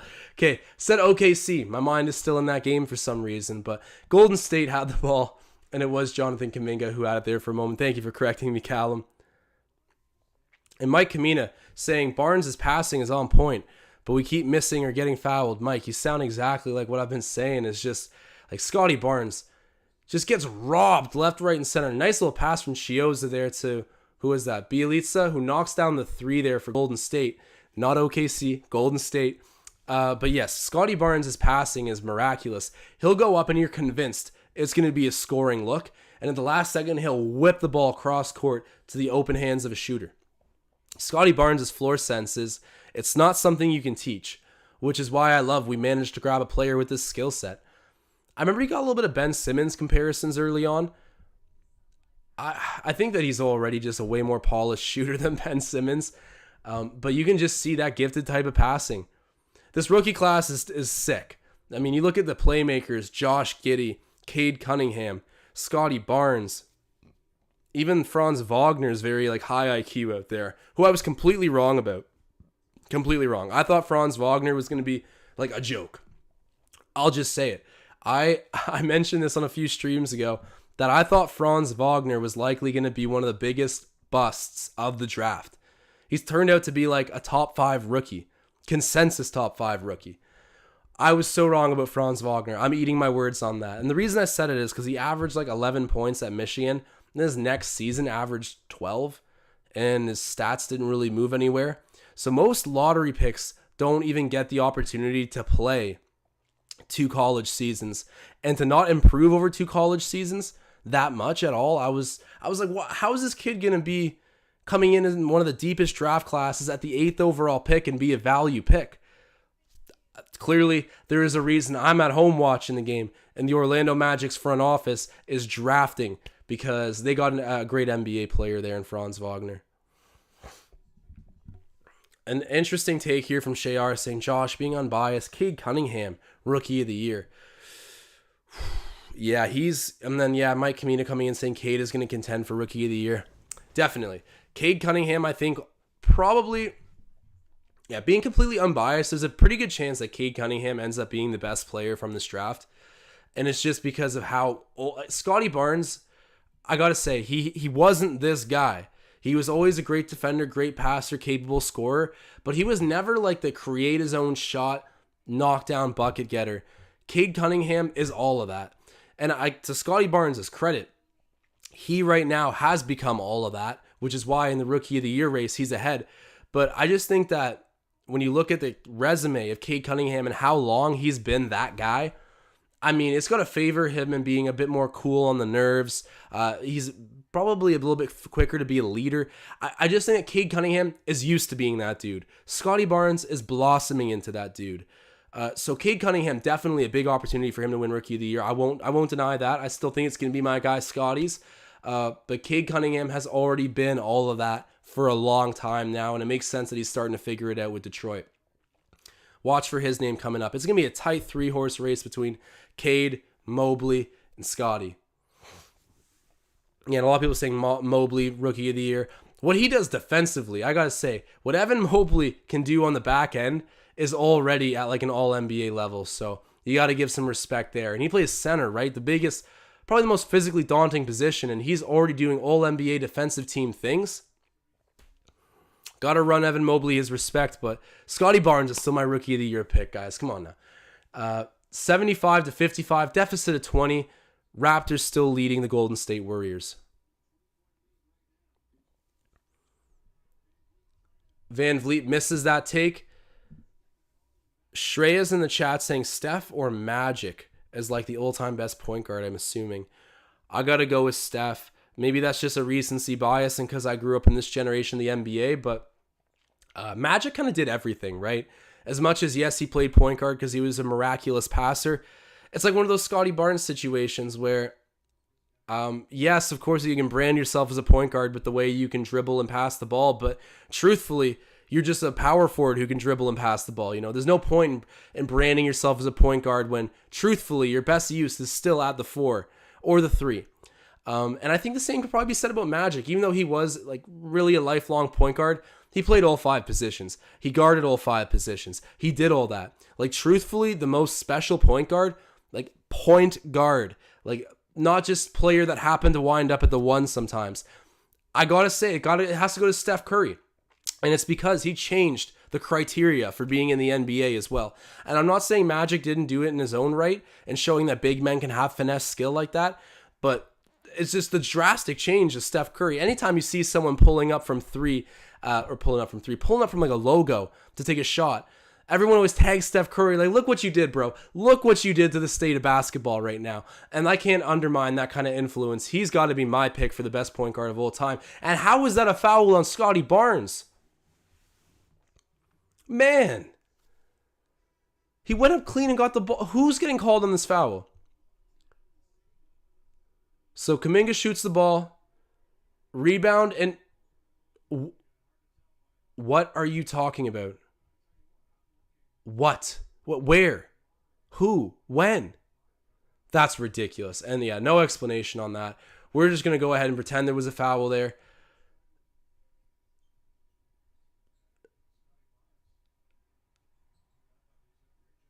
Yeah, okay, Scottie Barnes kind of gets pushed over with a free arm there. Maybe it looked like from a certain angle that he got his ankles broken. He didn't. He got pushed, and then B leads to getting the bucket. But Scottie Barnes with the ball, back in the Warriors' end here. Throws it over to Precious. Ooh. Kind of soared in from the side of the basket, but misses that. No good for Achua. And then Chioza to Looney. Back out to Chioza. To Looney again. And they get the basket, man. Some 1 to 5 work there. Center and the point guard working it out for Golden State. They get the bucket. 78-61 is the score with 5 minutes left here in the third quarter, guys. And shouts out to 65 people who are watching this. Guys, if you're in here right now, drop a like spike. It's so appreciated to have everyone watching the Raptors at the moment. And then Scottie Barnes, the one-handed putback flush. Oh, that's the ice. Got to get the fire going right now for Scottie Barnes, the rookie, man. Oh my God. Big-time putback dunk. One-handed. Doing Giannis-like things out here. Scottie contests the three. Warriors make it. Who knocked that down? Oh, yeah, it was Moses Moody. See, that was a guy who I thought Orlando at first was like, you guys should have taken Moses Moody over Franz Wagner. Barnes gets fouled. But I stand corrected. As much as Moses Moody is a great talent, Franz Wagner was the value pick at 8th overall. Like, oh, my God. Definitely got to stand corrected on that one. Very surprised still, but shouts out to Franz Wagner for having a crazy rookie campaign.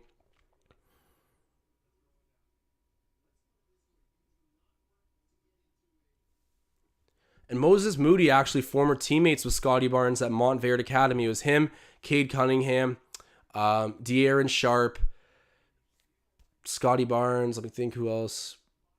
Yeah, Moody. I can't think of everyone else, but there was some other players on the team who I think are now actually trying out in the NBA or already with teams. But still, like 5 NBA players right there, and a bunch of which taken in the lottery who played on the same high school basketball team. My God, that's a problem. But Scottie hitting both of the free throw line, I believe. Raptors up 82-64, 18-point lead.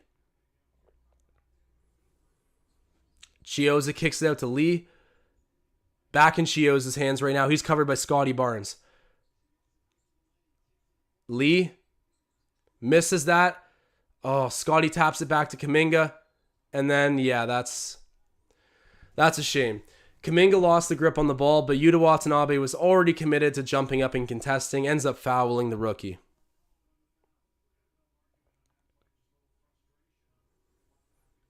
Mike James saying it's scary, but Scottie might already be the Raptors' best player in terms of what he can do at any given time.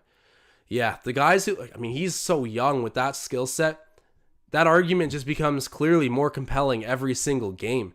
I've been saying that, it's so nice to not need to worry about. There's 2 things that I can sleep good about. Knowing we won a championship, so we'll never need to have that kind of, mental question where it's like, God, will it ever happen? Like that added anxiety to every situation, every move, we've won. We've brought a championship to Scotiabank with basically this team. And Precious Achiuwa knocking down a 3. So the championship is the one thing that helps me sleep good at night. But the other thing that's very hard to find in this league too is a bona fide top player to build around. And thankfully, we don't need to worry about going back to the lottery or making huge trades. We have that guy. If we let things just naturally develop, Scottie Barnes will be a top 10 player in the NBA, and he will help us contend deep into the playoffs. I'm confident in that. We don't need to go back to the lottery searching. We have that guy on our team. So having Scottie Barnes and a championship to the Raptors' name, I sleep good at night. I'll just say that.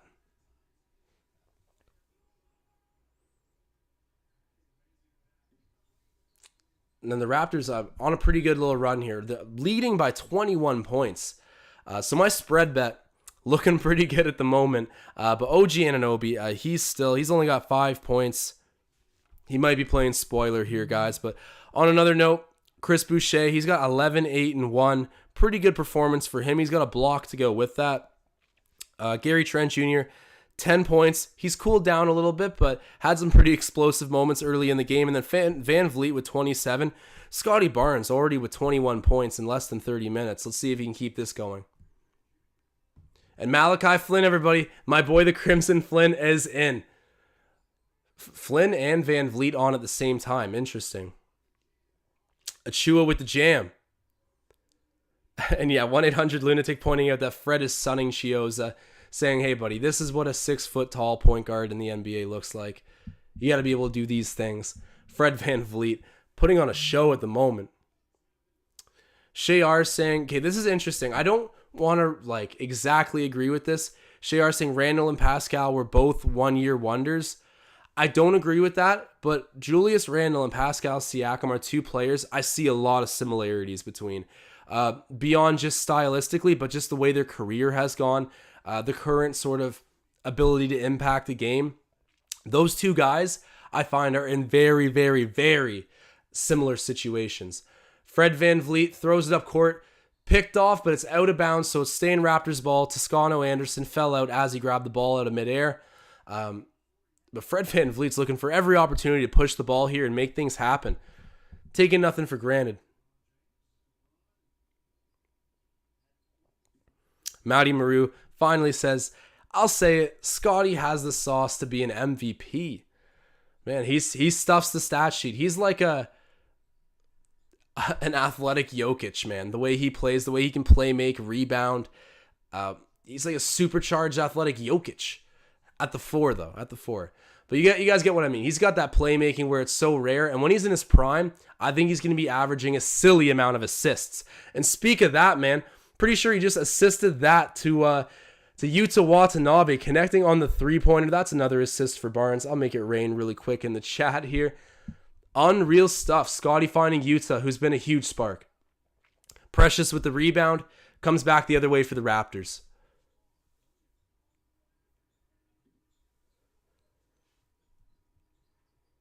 To Flynn. To Scottie. Fred to Yuta. They're passing this ball around, man. And Yuta Watanabe. Okay, Scottie was celebrating the shot before it even went down. You love to see him rewarded on that. Let's go. Big time hit there for Yuta Watanabe. I mean, just gets wide open from the great passing of the Raptors. Went from Malachi Flynn to Scottie Barnes to Fred VanVleet to Yuta Watanabe and knocks it down. And there was many more passes in between there. Raps are sharing the ball, looking for the best shot. And then a deep 3 from Fred VanVleet just misses. They're going for the 2-for-1. So he jacked that up. The Raptors will have the last shot, most likely of the quarter. Kuminga shoots it. Hits the 3 there. So actually they will have the last shot. But Fred VanVleet carries the ball back up. But a 2-second difference, game clock, shot clock. 17 seconds until the end of the third quarter. He's covered by Gary Payton II, the defensive specialist. Pick comes from Precious. Come on, Fred. Come on. In the mid-range. Just misses. And then Yuta gets fouled. Perfect. That's why you fight hard for the rebounds, guys. Yuta Watanabe gets it, gets fouled. He'll be shooting too. And we got a super chat right now, ladies and gentlemen. Marcel Martin, legend, saying, one thing I've noticed this season is that Scottie plays better with our bench unit than Fred, OG, or Pascal. So basically, Marcel's saying that Scottie is more compatible to play with the bench unit than Fred, OG, or Pascal, which I gotta say I've noticed as well. But I think it comes down to him just being like the best creator and finisher we have in terms of the balance. I mean, I think his finishing ability is so calculated and his percentages agree to that. And then his passing upside, that's something that's not necessarily seen in his stats yet. That's very, very good. So those things considered, I think you can put him anywhere in a lineup and he'll just continue to succeed. So I don't know if it's as much as him having chemistry with the bench as much as it's him kind of becoming our best player already. So wherever he plays, he tends to shine. And I think on the other hand, sometimes Fred can be not difficult to play with, but he's used to a seasoned team, right? Like he's got very high expectations, whereas Scottie's like, all right, let's get up and go. I'm good. We can be fluid with it. And then OG and Pascal, I think both have their own struggles offensively, which might skew it. But I got to say, you're definitely on point, Marcel, by saying that Scottie can play with the bench unit better than most of our starters can. And he's been a bench player before too, so. A lot of people showing some love to Kuminga right now. And I was saying before the game, Kuminga is a baller. I respect how relentless he is when he attacks the rim. A lot of people give him the Jaylen Brown comparison. And I do see it. I actually do see it. But wow, he goes to the rim with authority. Like he scares me the way like Ja Morant scares fans. Because if he sees an opportunity to posterize someone like 10 feet from the rim, he's getting ready to soar. He's a highlight machine waiting to happen. Justin Kuminga, same as sort of Ja Morant in that way, to the point where it scares you for their health. But I got to respect his tenacity. And maybe he's not getting the same spotlight being on a Golden State team that's so deep. But watch out, Kuminga will definitely be looked back at as one of the better players out of this very historic draft.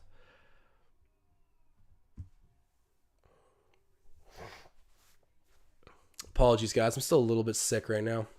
I mean, for anyone that missed it, I was out with COVID. I still have it right now, but doing a lot better than I was a few days ago. And I didn't know how I was going to hold up throughout the live, but so far pretty good.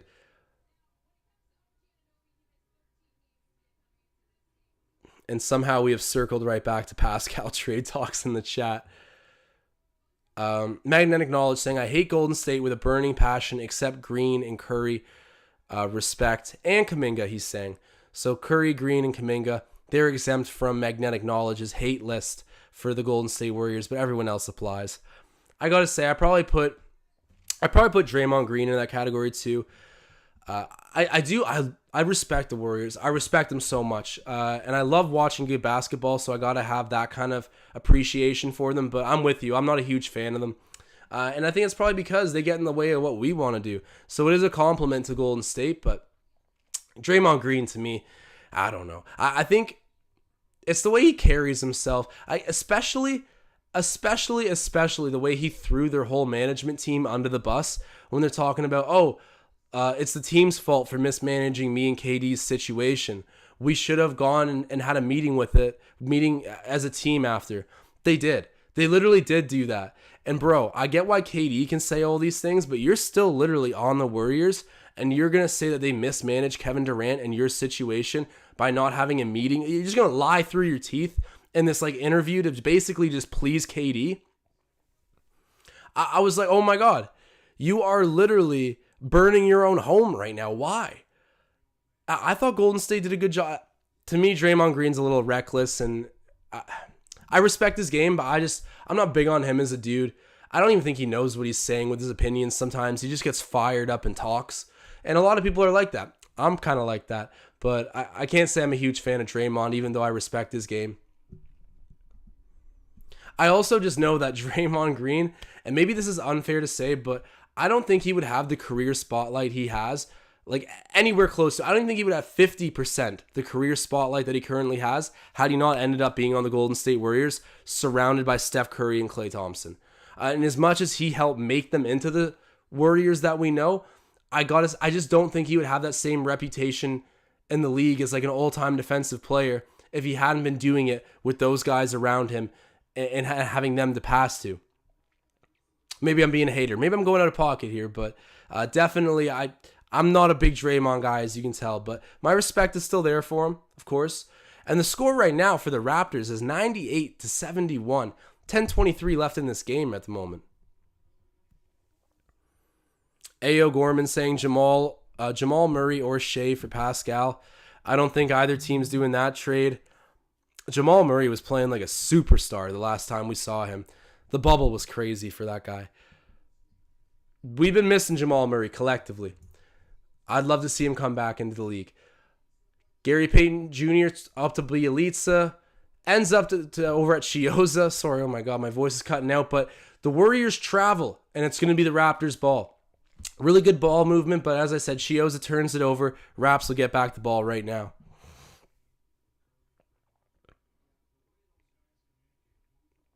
Mike James, as well as 1-800-Lunatic, in agreement here about Draymond, I believe. And 1-800-Lunatic pointing out that situation does a lot for legacy. Yeah, definitely. I mean, look at Michael Jordan, right? I think the biggest... OG Anunoby. Love to see that right now. Okay, I'm going to make it rain and the Flames. That is what we like to see. Him getting a nice little turnaround J to fall. I don't know if my bet's still anywhere possible. 7 points at the moment for OG. Hope and a prayer, but still unlikely. But yeah, I think the big ammunition that people that try to argue LeBron over Jordan in the GOAT debate is that Jordan had the same situation the whole way through. The same world-class players helping him go out and compete. Same world-class coaching staff. Just surrounded by legends, really. And as much as he helped make them legends, I think people try to argue that, but LeBron did it in so many different settings with so many different co-stars, which I agree. There is a lot to say for it. But at the end of the day, you got to give Michael Jordan his respect for what he did. But the point still stands that situation does do a lot for legacy. And not everyone has the benefit of the perfect situation. You got guys like Damian Lillard, guys like Beal. I know this is much lower scale, but still, superstars who can't really get a break. And speaking of superstars who got the right break, Scottie Barnes really is the perfect guy to end up a Raptor. I'm going to keep circling back to him with everything I say. We got the better Draymond Green. We got the more improved, the offensively minded Draymond Green. Even though Draymond's a great passer, Scottie Barnes is going to be getting way more buckets than Draymond. 100-75 the current score. Chiozza with the ball shoots a really deep three. It's stoppage of play, which is why he shot that. 1-800-Lunatic saying Draymond got that arthritic shooting form. That is one way to put it. You're not wrong.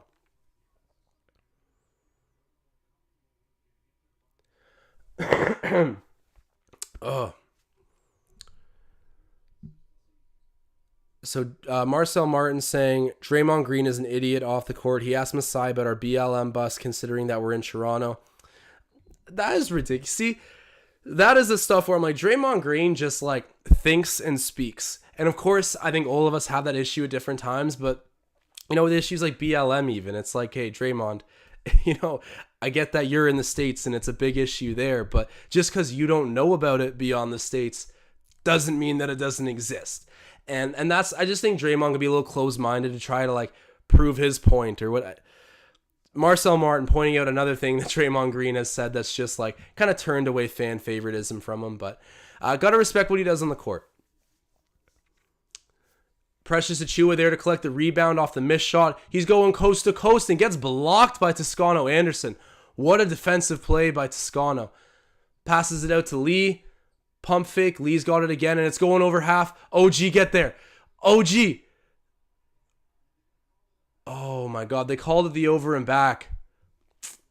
Man. That would have been a nice run-out basket for OG and Anunoby, but right now, we've got a total of 70 people who are live viewers, so appreciate everybody who's watching right now. If you guys are in here, drop a like spike. It is always appreciated. Malachi Flynn with the ball. My boy, the Crimson Flynn. Can't go wrong. Gets the ball back. Ooh. Okay, it's out of bounds, but last touch was Chiozza. It's staying Raptors ball. Just as I say, can't do wrong, eh?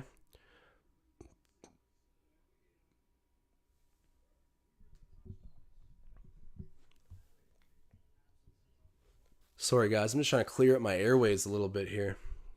Not back to 100%, but doing better. Precious with the ball right now. He's got Gary Payton on him. Backing him down in the post. Goes up with a shot. Oh, wow. Precious Achiuwa. I don't see that take going down for him too often, but getting the baseline J while Gary Payton's pressed to him. Nice bucket there for Precious Achiuwa. Chiozza down to the corner to Lee. Gary Payton gets the shot off the glass to go. That was a nice shot there by Gary Payton. I got to say, I root for him a little bit. And Malachi Flynn, oh, huge dunk there. Oh my God. What a dunk by Yuta Watanabe, and what a pass by Malachi Flynn. Just shooting down the dime. Finds Yuta Watanabe, gets the big time jam. What a play. Yuta Watanabe's had a good game. He has how many points? Let me check this here. So Watanabe has 10 points, 4 rebounds, and he's got 2 steals. Pretty nice night for him. And then to go back over the other points in the game, Scottie Barnes still with 21, VanVleet still with 27, Trent still with 10. Basically all the lines seeming pretty well the same unless it's not updating for me at the moment. But yeah, Yuta Watanabe really doing nice right now. Big time dunk. That was electric. And then Precious Achiuwa has 11. I should point out that too with 4 rebounds.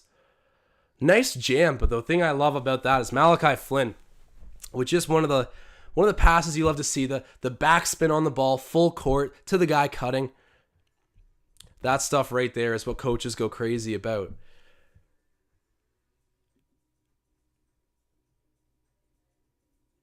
Chat going crazy right now for Yuta Watanabe. You know that guy's a fan favorite.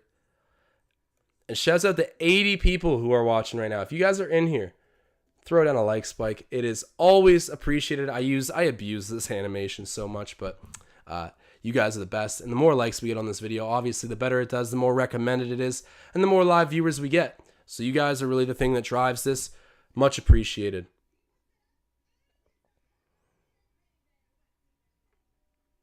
So Magnetic Knowledge earlier said Raps by 35 is his ultimate prediction here. We are blowing out Golden State, but let's see. What are we at right now? So yeah, that actually could happen. We're up by how many? 20-something points at the moment. But yep, the Raptors are going off. So you like to see that, just taking care of business, because this is a gimme. If you don't win games like this, I'm going to assume that you're trying to go to the lottery with amazing odds.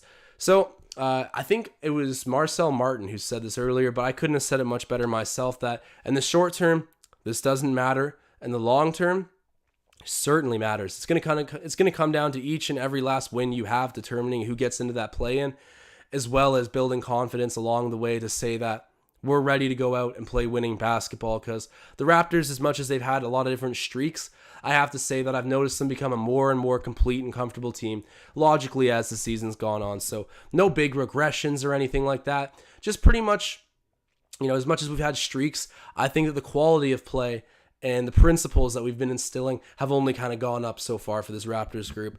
Big time happy, and at the end of the day, like I said, I sleep well knowing that Scottie Barnes is a Toronto Raptor. And man, Fred VanVleet, 3 more rebounds would give him a triple-double. Would have loved to see that, but crazy night for him. 27, 12, and 7. Jeez. It's not done yet. I mean, his night might be, but still, you got like 7 minutes left in the game, and he's got that put up. Yeah, you're not going to get... Toscano Anderson's acting like that's not the exact kind of offensive foul. They outruled... He just totally tried to bait OG Anunoby into jumping into the 3. Then he put his shoulder into him. He's still pleading with the ref, but that is out the window. You cannot get that call anymore.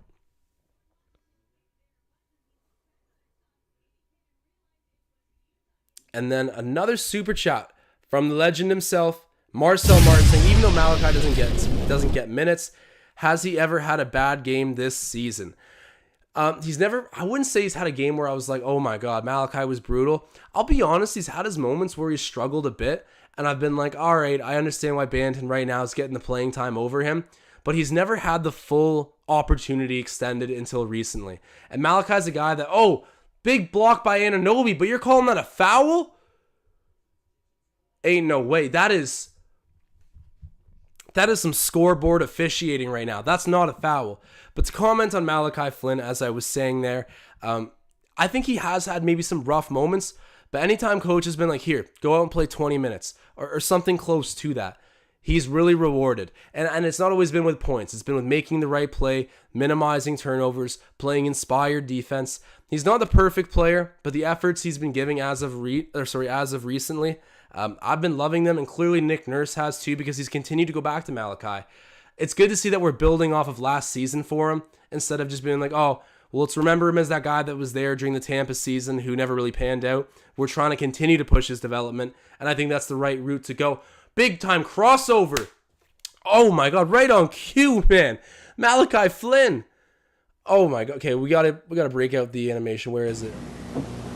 He's smooth like milk right now. We got the screen's going crazy for Malachi Flynn. A hard crossover there on Chris Chiozza. Loses him for a moment and knocks down the J. Wow. Right on cue. Talking about Malachi Flynn coming to us with a highlight play. Shouts out Marcel Martin for the super chat one more time.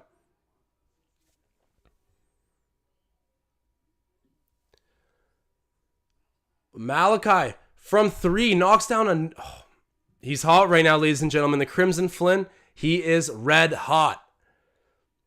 What do they call him? Red VanVleet. But full court pass by Scottie Barnes to the alley-oop to Precious. Let's go. Guys, this is hype right now. They're out there playing like the Globetrotters. And another play where Scottie Barnes will not be getting an assist, but his playmaking just showing off and benefiting this team. Wow. I'm a happy man right now. Tom Moreau saying we would have loved to seen Banton in this one. I agree. He's been struggling a little bit recently. Hopefully this little bit of extra time off will give him, the time to collect himself and figure out fully where he needs to be.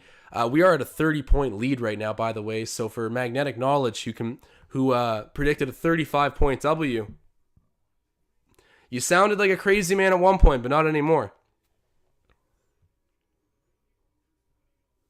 Jeff for Sale one saying, what is that white stuff on the screen?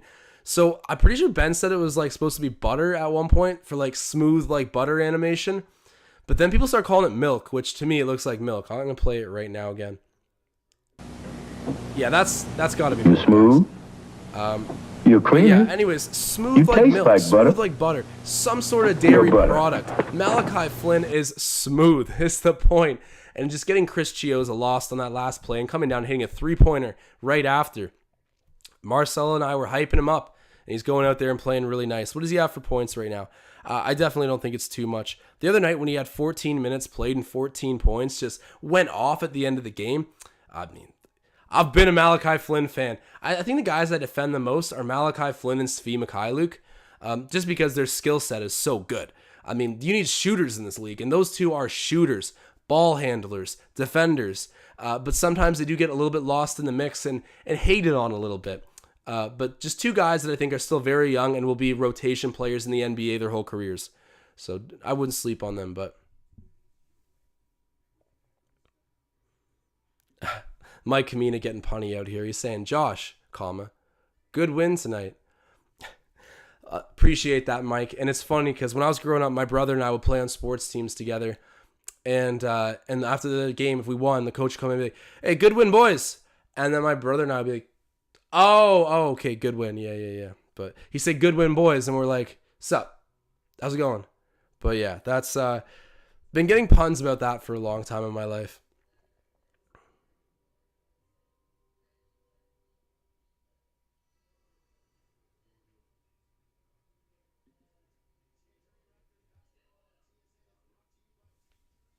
So right now we got how many viewers?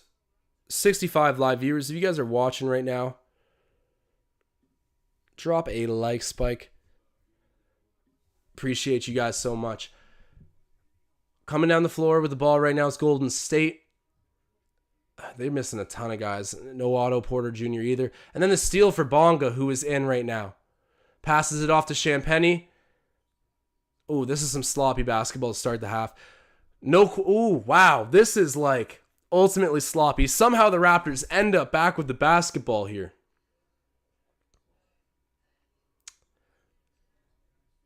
Malachi Flynn.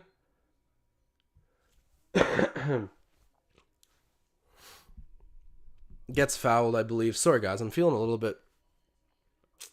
I'm feeling the sickness a little bit at the moment, but we only have 4:34 left in this game, so hold tight. The Raptors are up big right now, a 30-point lead.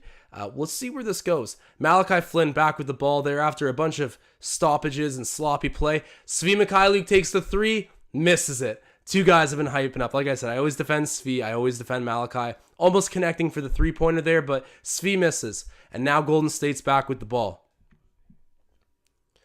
Isaac Bonga is in right now, who I got to say, he's been pretty replaceable in my opinion. I haven't been dying to see him play, but nonetheless getting his opportunity right now, and he has done well with the 905, so got to give him that kind of credit.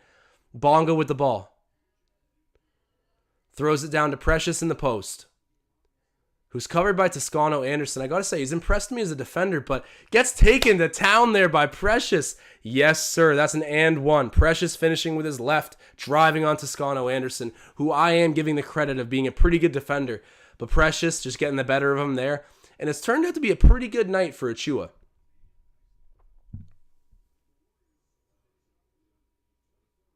Magnetic Knowledge saying, Johnson, come on the court. He wants to see Johnson tonight, and so does a lot of other people. I can't remember if it was Magnetic Knowledge calling for it earlier, but early in this game, someone said if this results in a blowout or, just you get garbage time minutes, definitely find a way to get David Johnson out there. He's supposedly had a pretty good season with the 905, and I mean, I'm curious to see what he's going to do because you left Sharif Cooper on the board to go and take David Johnson, who they play the same position, albeit they are very different sizes.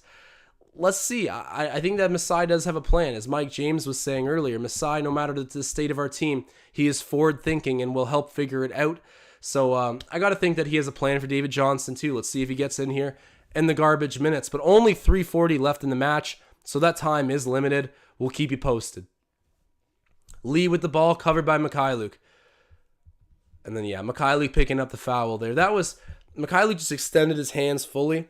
and then Lee dragged the ball through it. Of course, that's going to be a call. I don't know why Svi would try playing defense like that.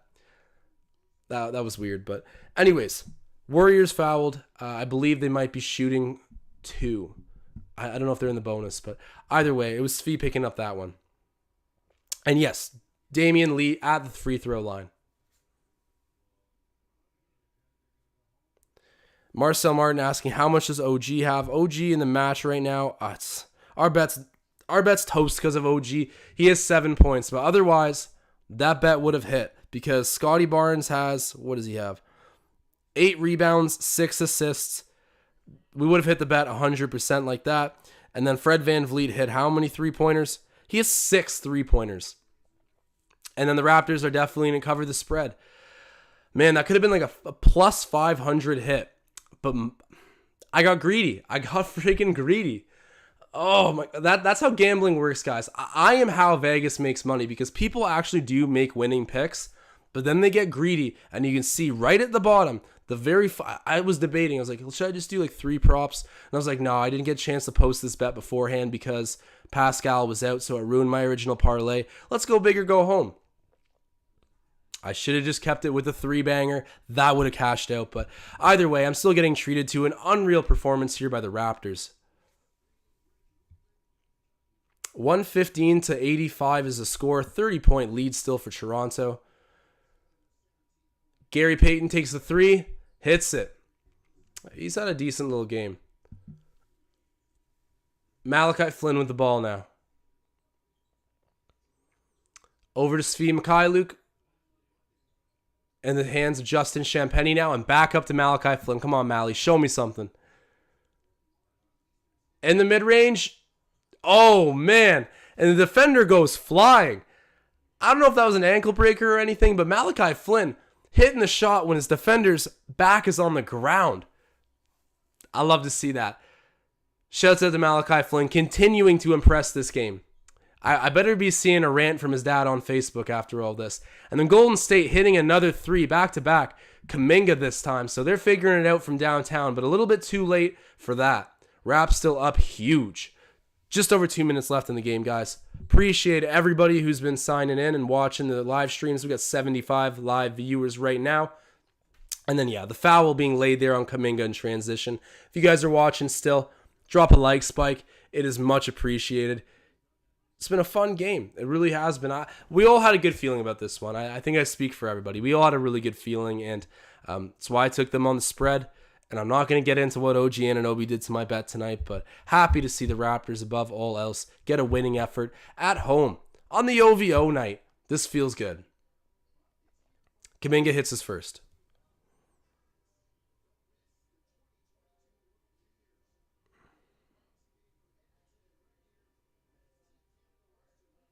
Tom M saying, my parlay is still alive. Tom, let us know what you're betting on right now. You might have mentioned it earlier, but I did not see it or cannot remember. So, Tom, toss your parlay down. If anybody else has some bets that are coming down to the wire, whether it's this game, another game, let us know.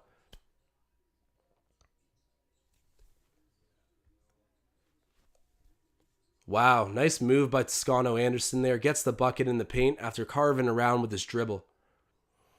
Malachi Flynn coming back. All right, let's see some more. Oh, Flynn with a nice step back 3. Misses it just short, but I like it. He's trying out a bunch of things right now.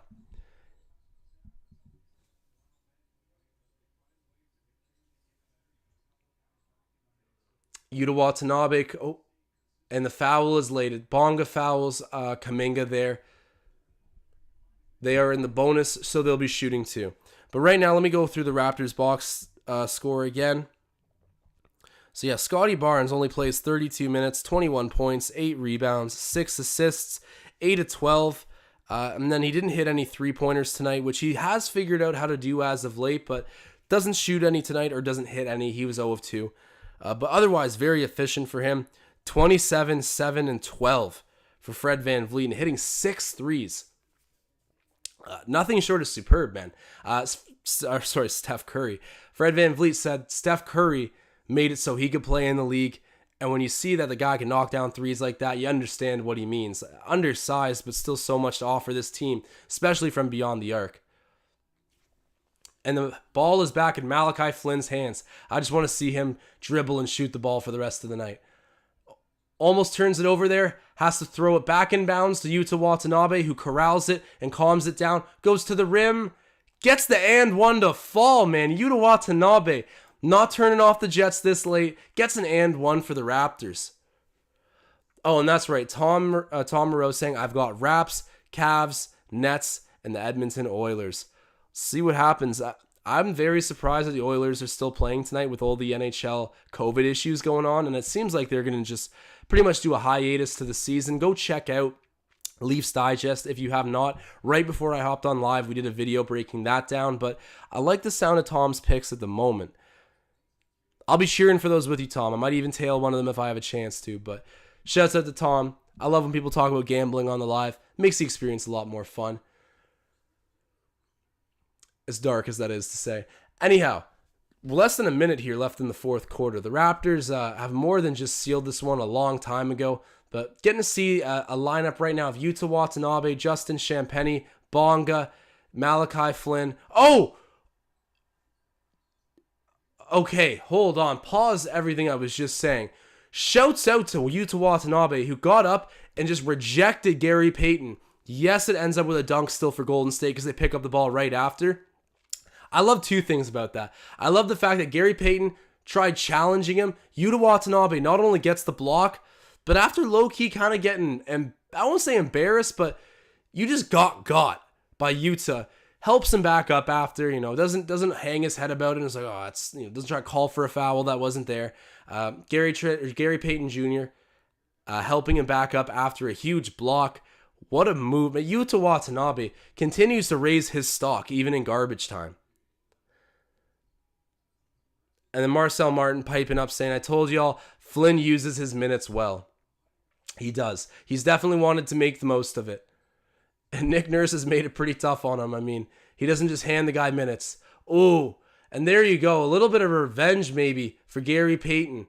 Flying in there with a big two-handed jam. Not a full contest by Yuta, but that's game, guys. 119-100 is the final score of this. The Raptors take a win away from Golden State, who was, a fraction of what Golden State normally looks like. Their lineup's decimated. However, Toronto taking care of business, guys. You love to see it. You absolutely love to see it. And I got to shout out the bets that I made. We were 3 for 4 on the parlay. The spread hit. Scottie Barnes, he had over at least 11.5 assists and rebounds. Then we also had Fred VanVleet recording 6 3-pointers. I only needed the guy to make half of that. So that bet was good. But OG Anunoby in his return, it's so risky betting on a player coming back in his debut off injury. He only gets 7 points. Not enough for that 14-point over. I got greedy. Vegas wins. Sucks. But hey, this was a really fun game to watch. As I said, guys, I was diagnosed with COVID a little while ago. I've been, for the most part, all good, and I appreciate everybody with all the kind wishes, reaching out to me, all these things. It's amazing. I really do appreciate it big time, and I'm feeling much better. So thank you for sticking through this live stream with me, guys. So many more to come through of the year, and hopefully they just continue to get more exciting. We're one win below 500. The play-in game is very much so a reality. And I got to shout out Magnetic Knowledge. Unfortunately, it was not a 35-point deficit, but it did get to that point. So I got to give you your credit anyways. But anyways, definitely shouts out to everyone who's been supporting the live streams. You guys are the best. Definitely go check out Ben and Riker's post-game on live right after this. They're going to be breaking down a pretty exciting W. Yes, most of Golden State was not in the building, but you can only play who's in front of you. And the Raps took care of business, took fate in their own hands, and are making sure they're going to have an opportunity to play for a playoff spot at the end of this also. Shouts out, big time shouts out to Scottie Barnes, who continued to play great. Fred VanVleet with one of his best games of the season, truly. And I love it. As much as we want to make an all-star case for Fred VanVleet, as soon as the tide of the game has turned and we can take him out and rest him and let him kind of like coach almost, we do it. We don't stat pad Fred. Once the job's done, he's a gamer. He's out. He lets the bench come in and he kind of advises from afar. I love his maturity. Everything about this Raptors team seems to be taking a 180 from some scary points in the season.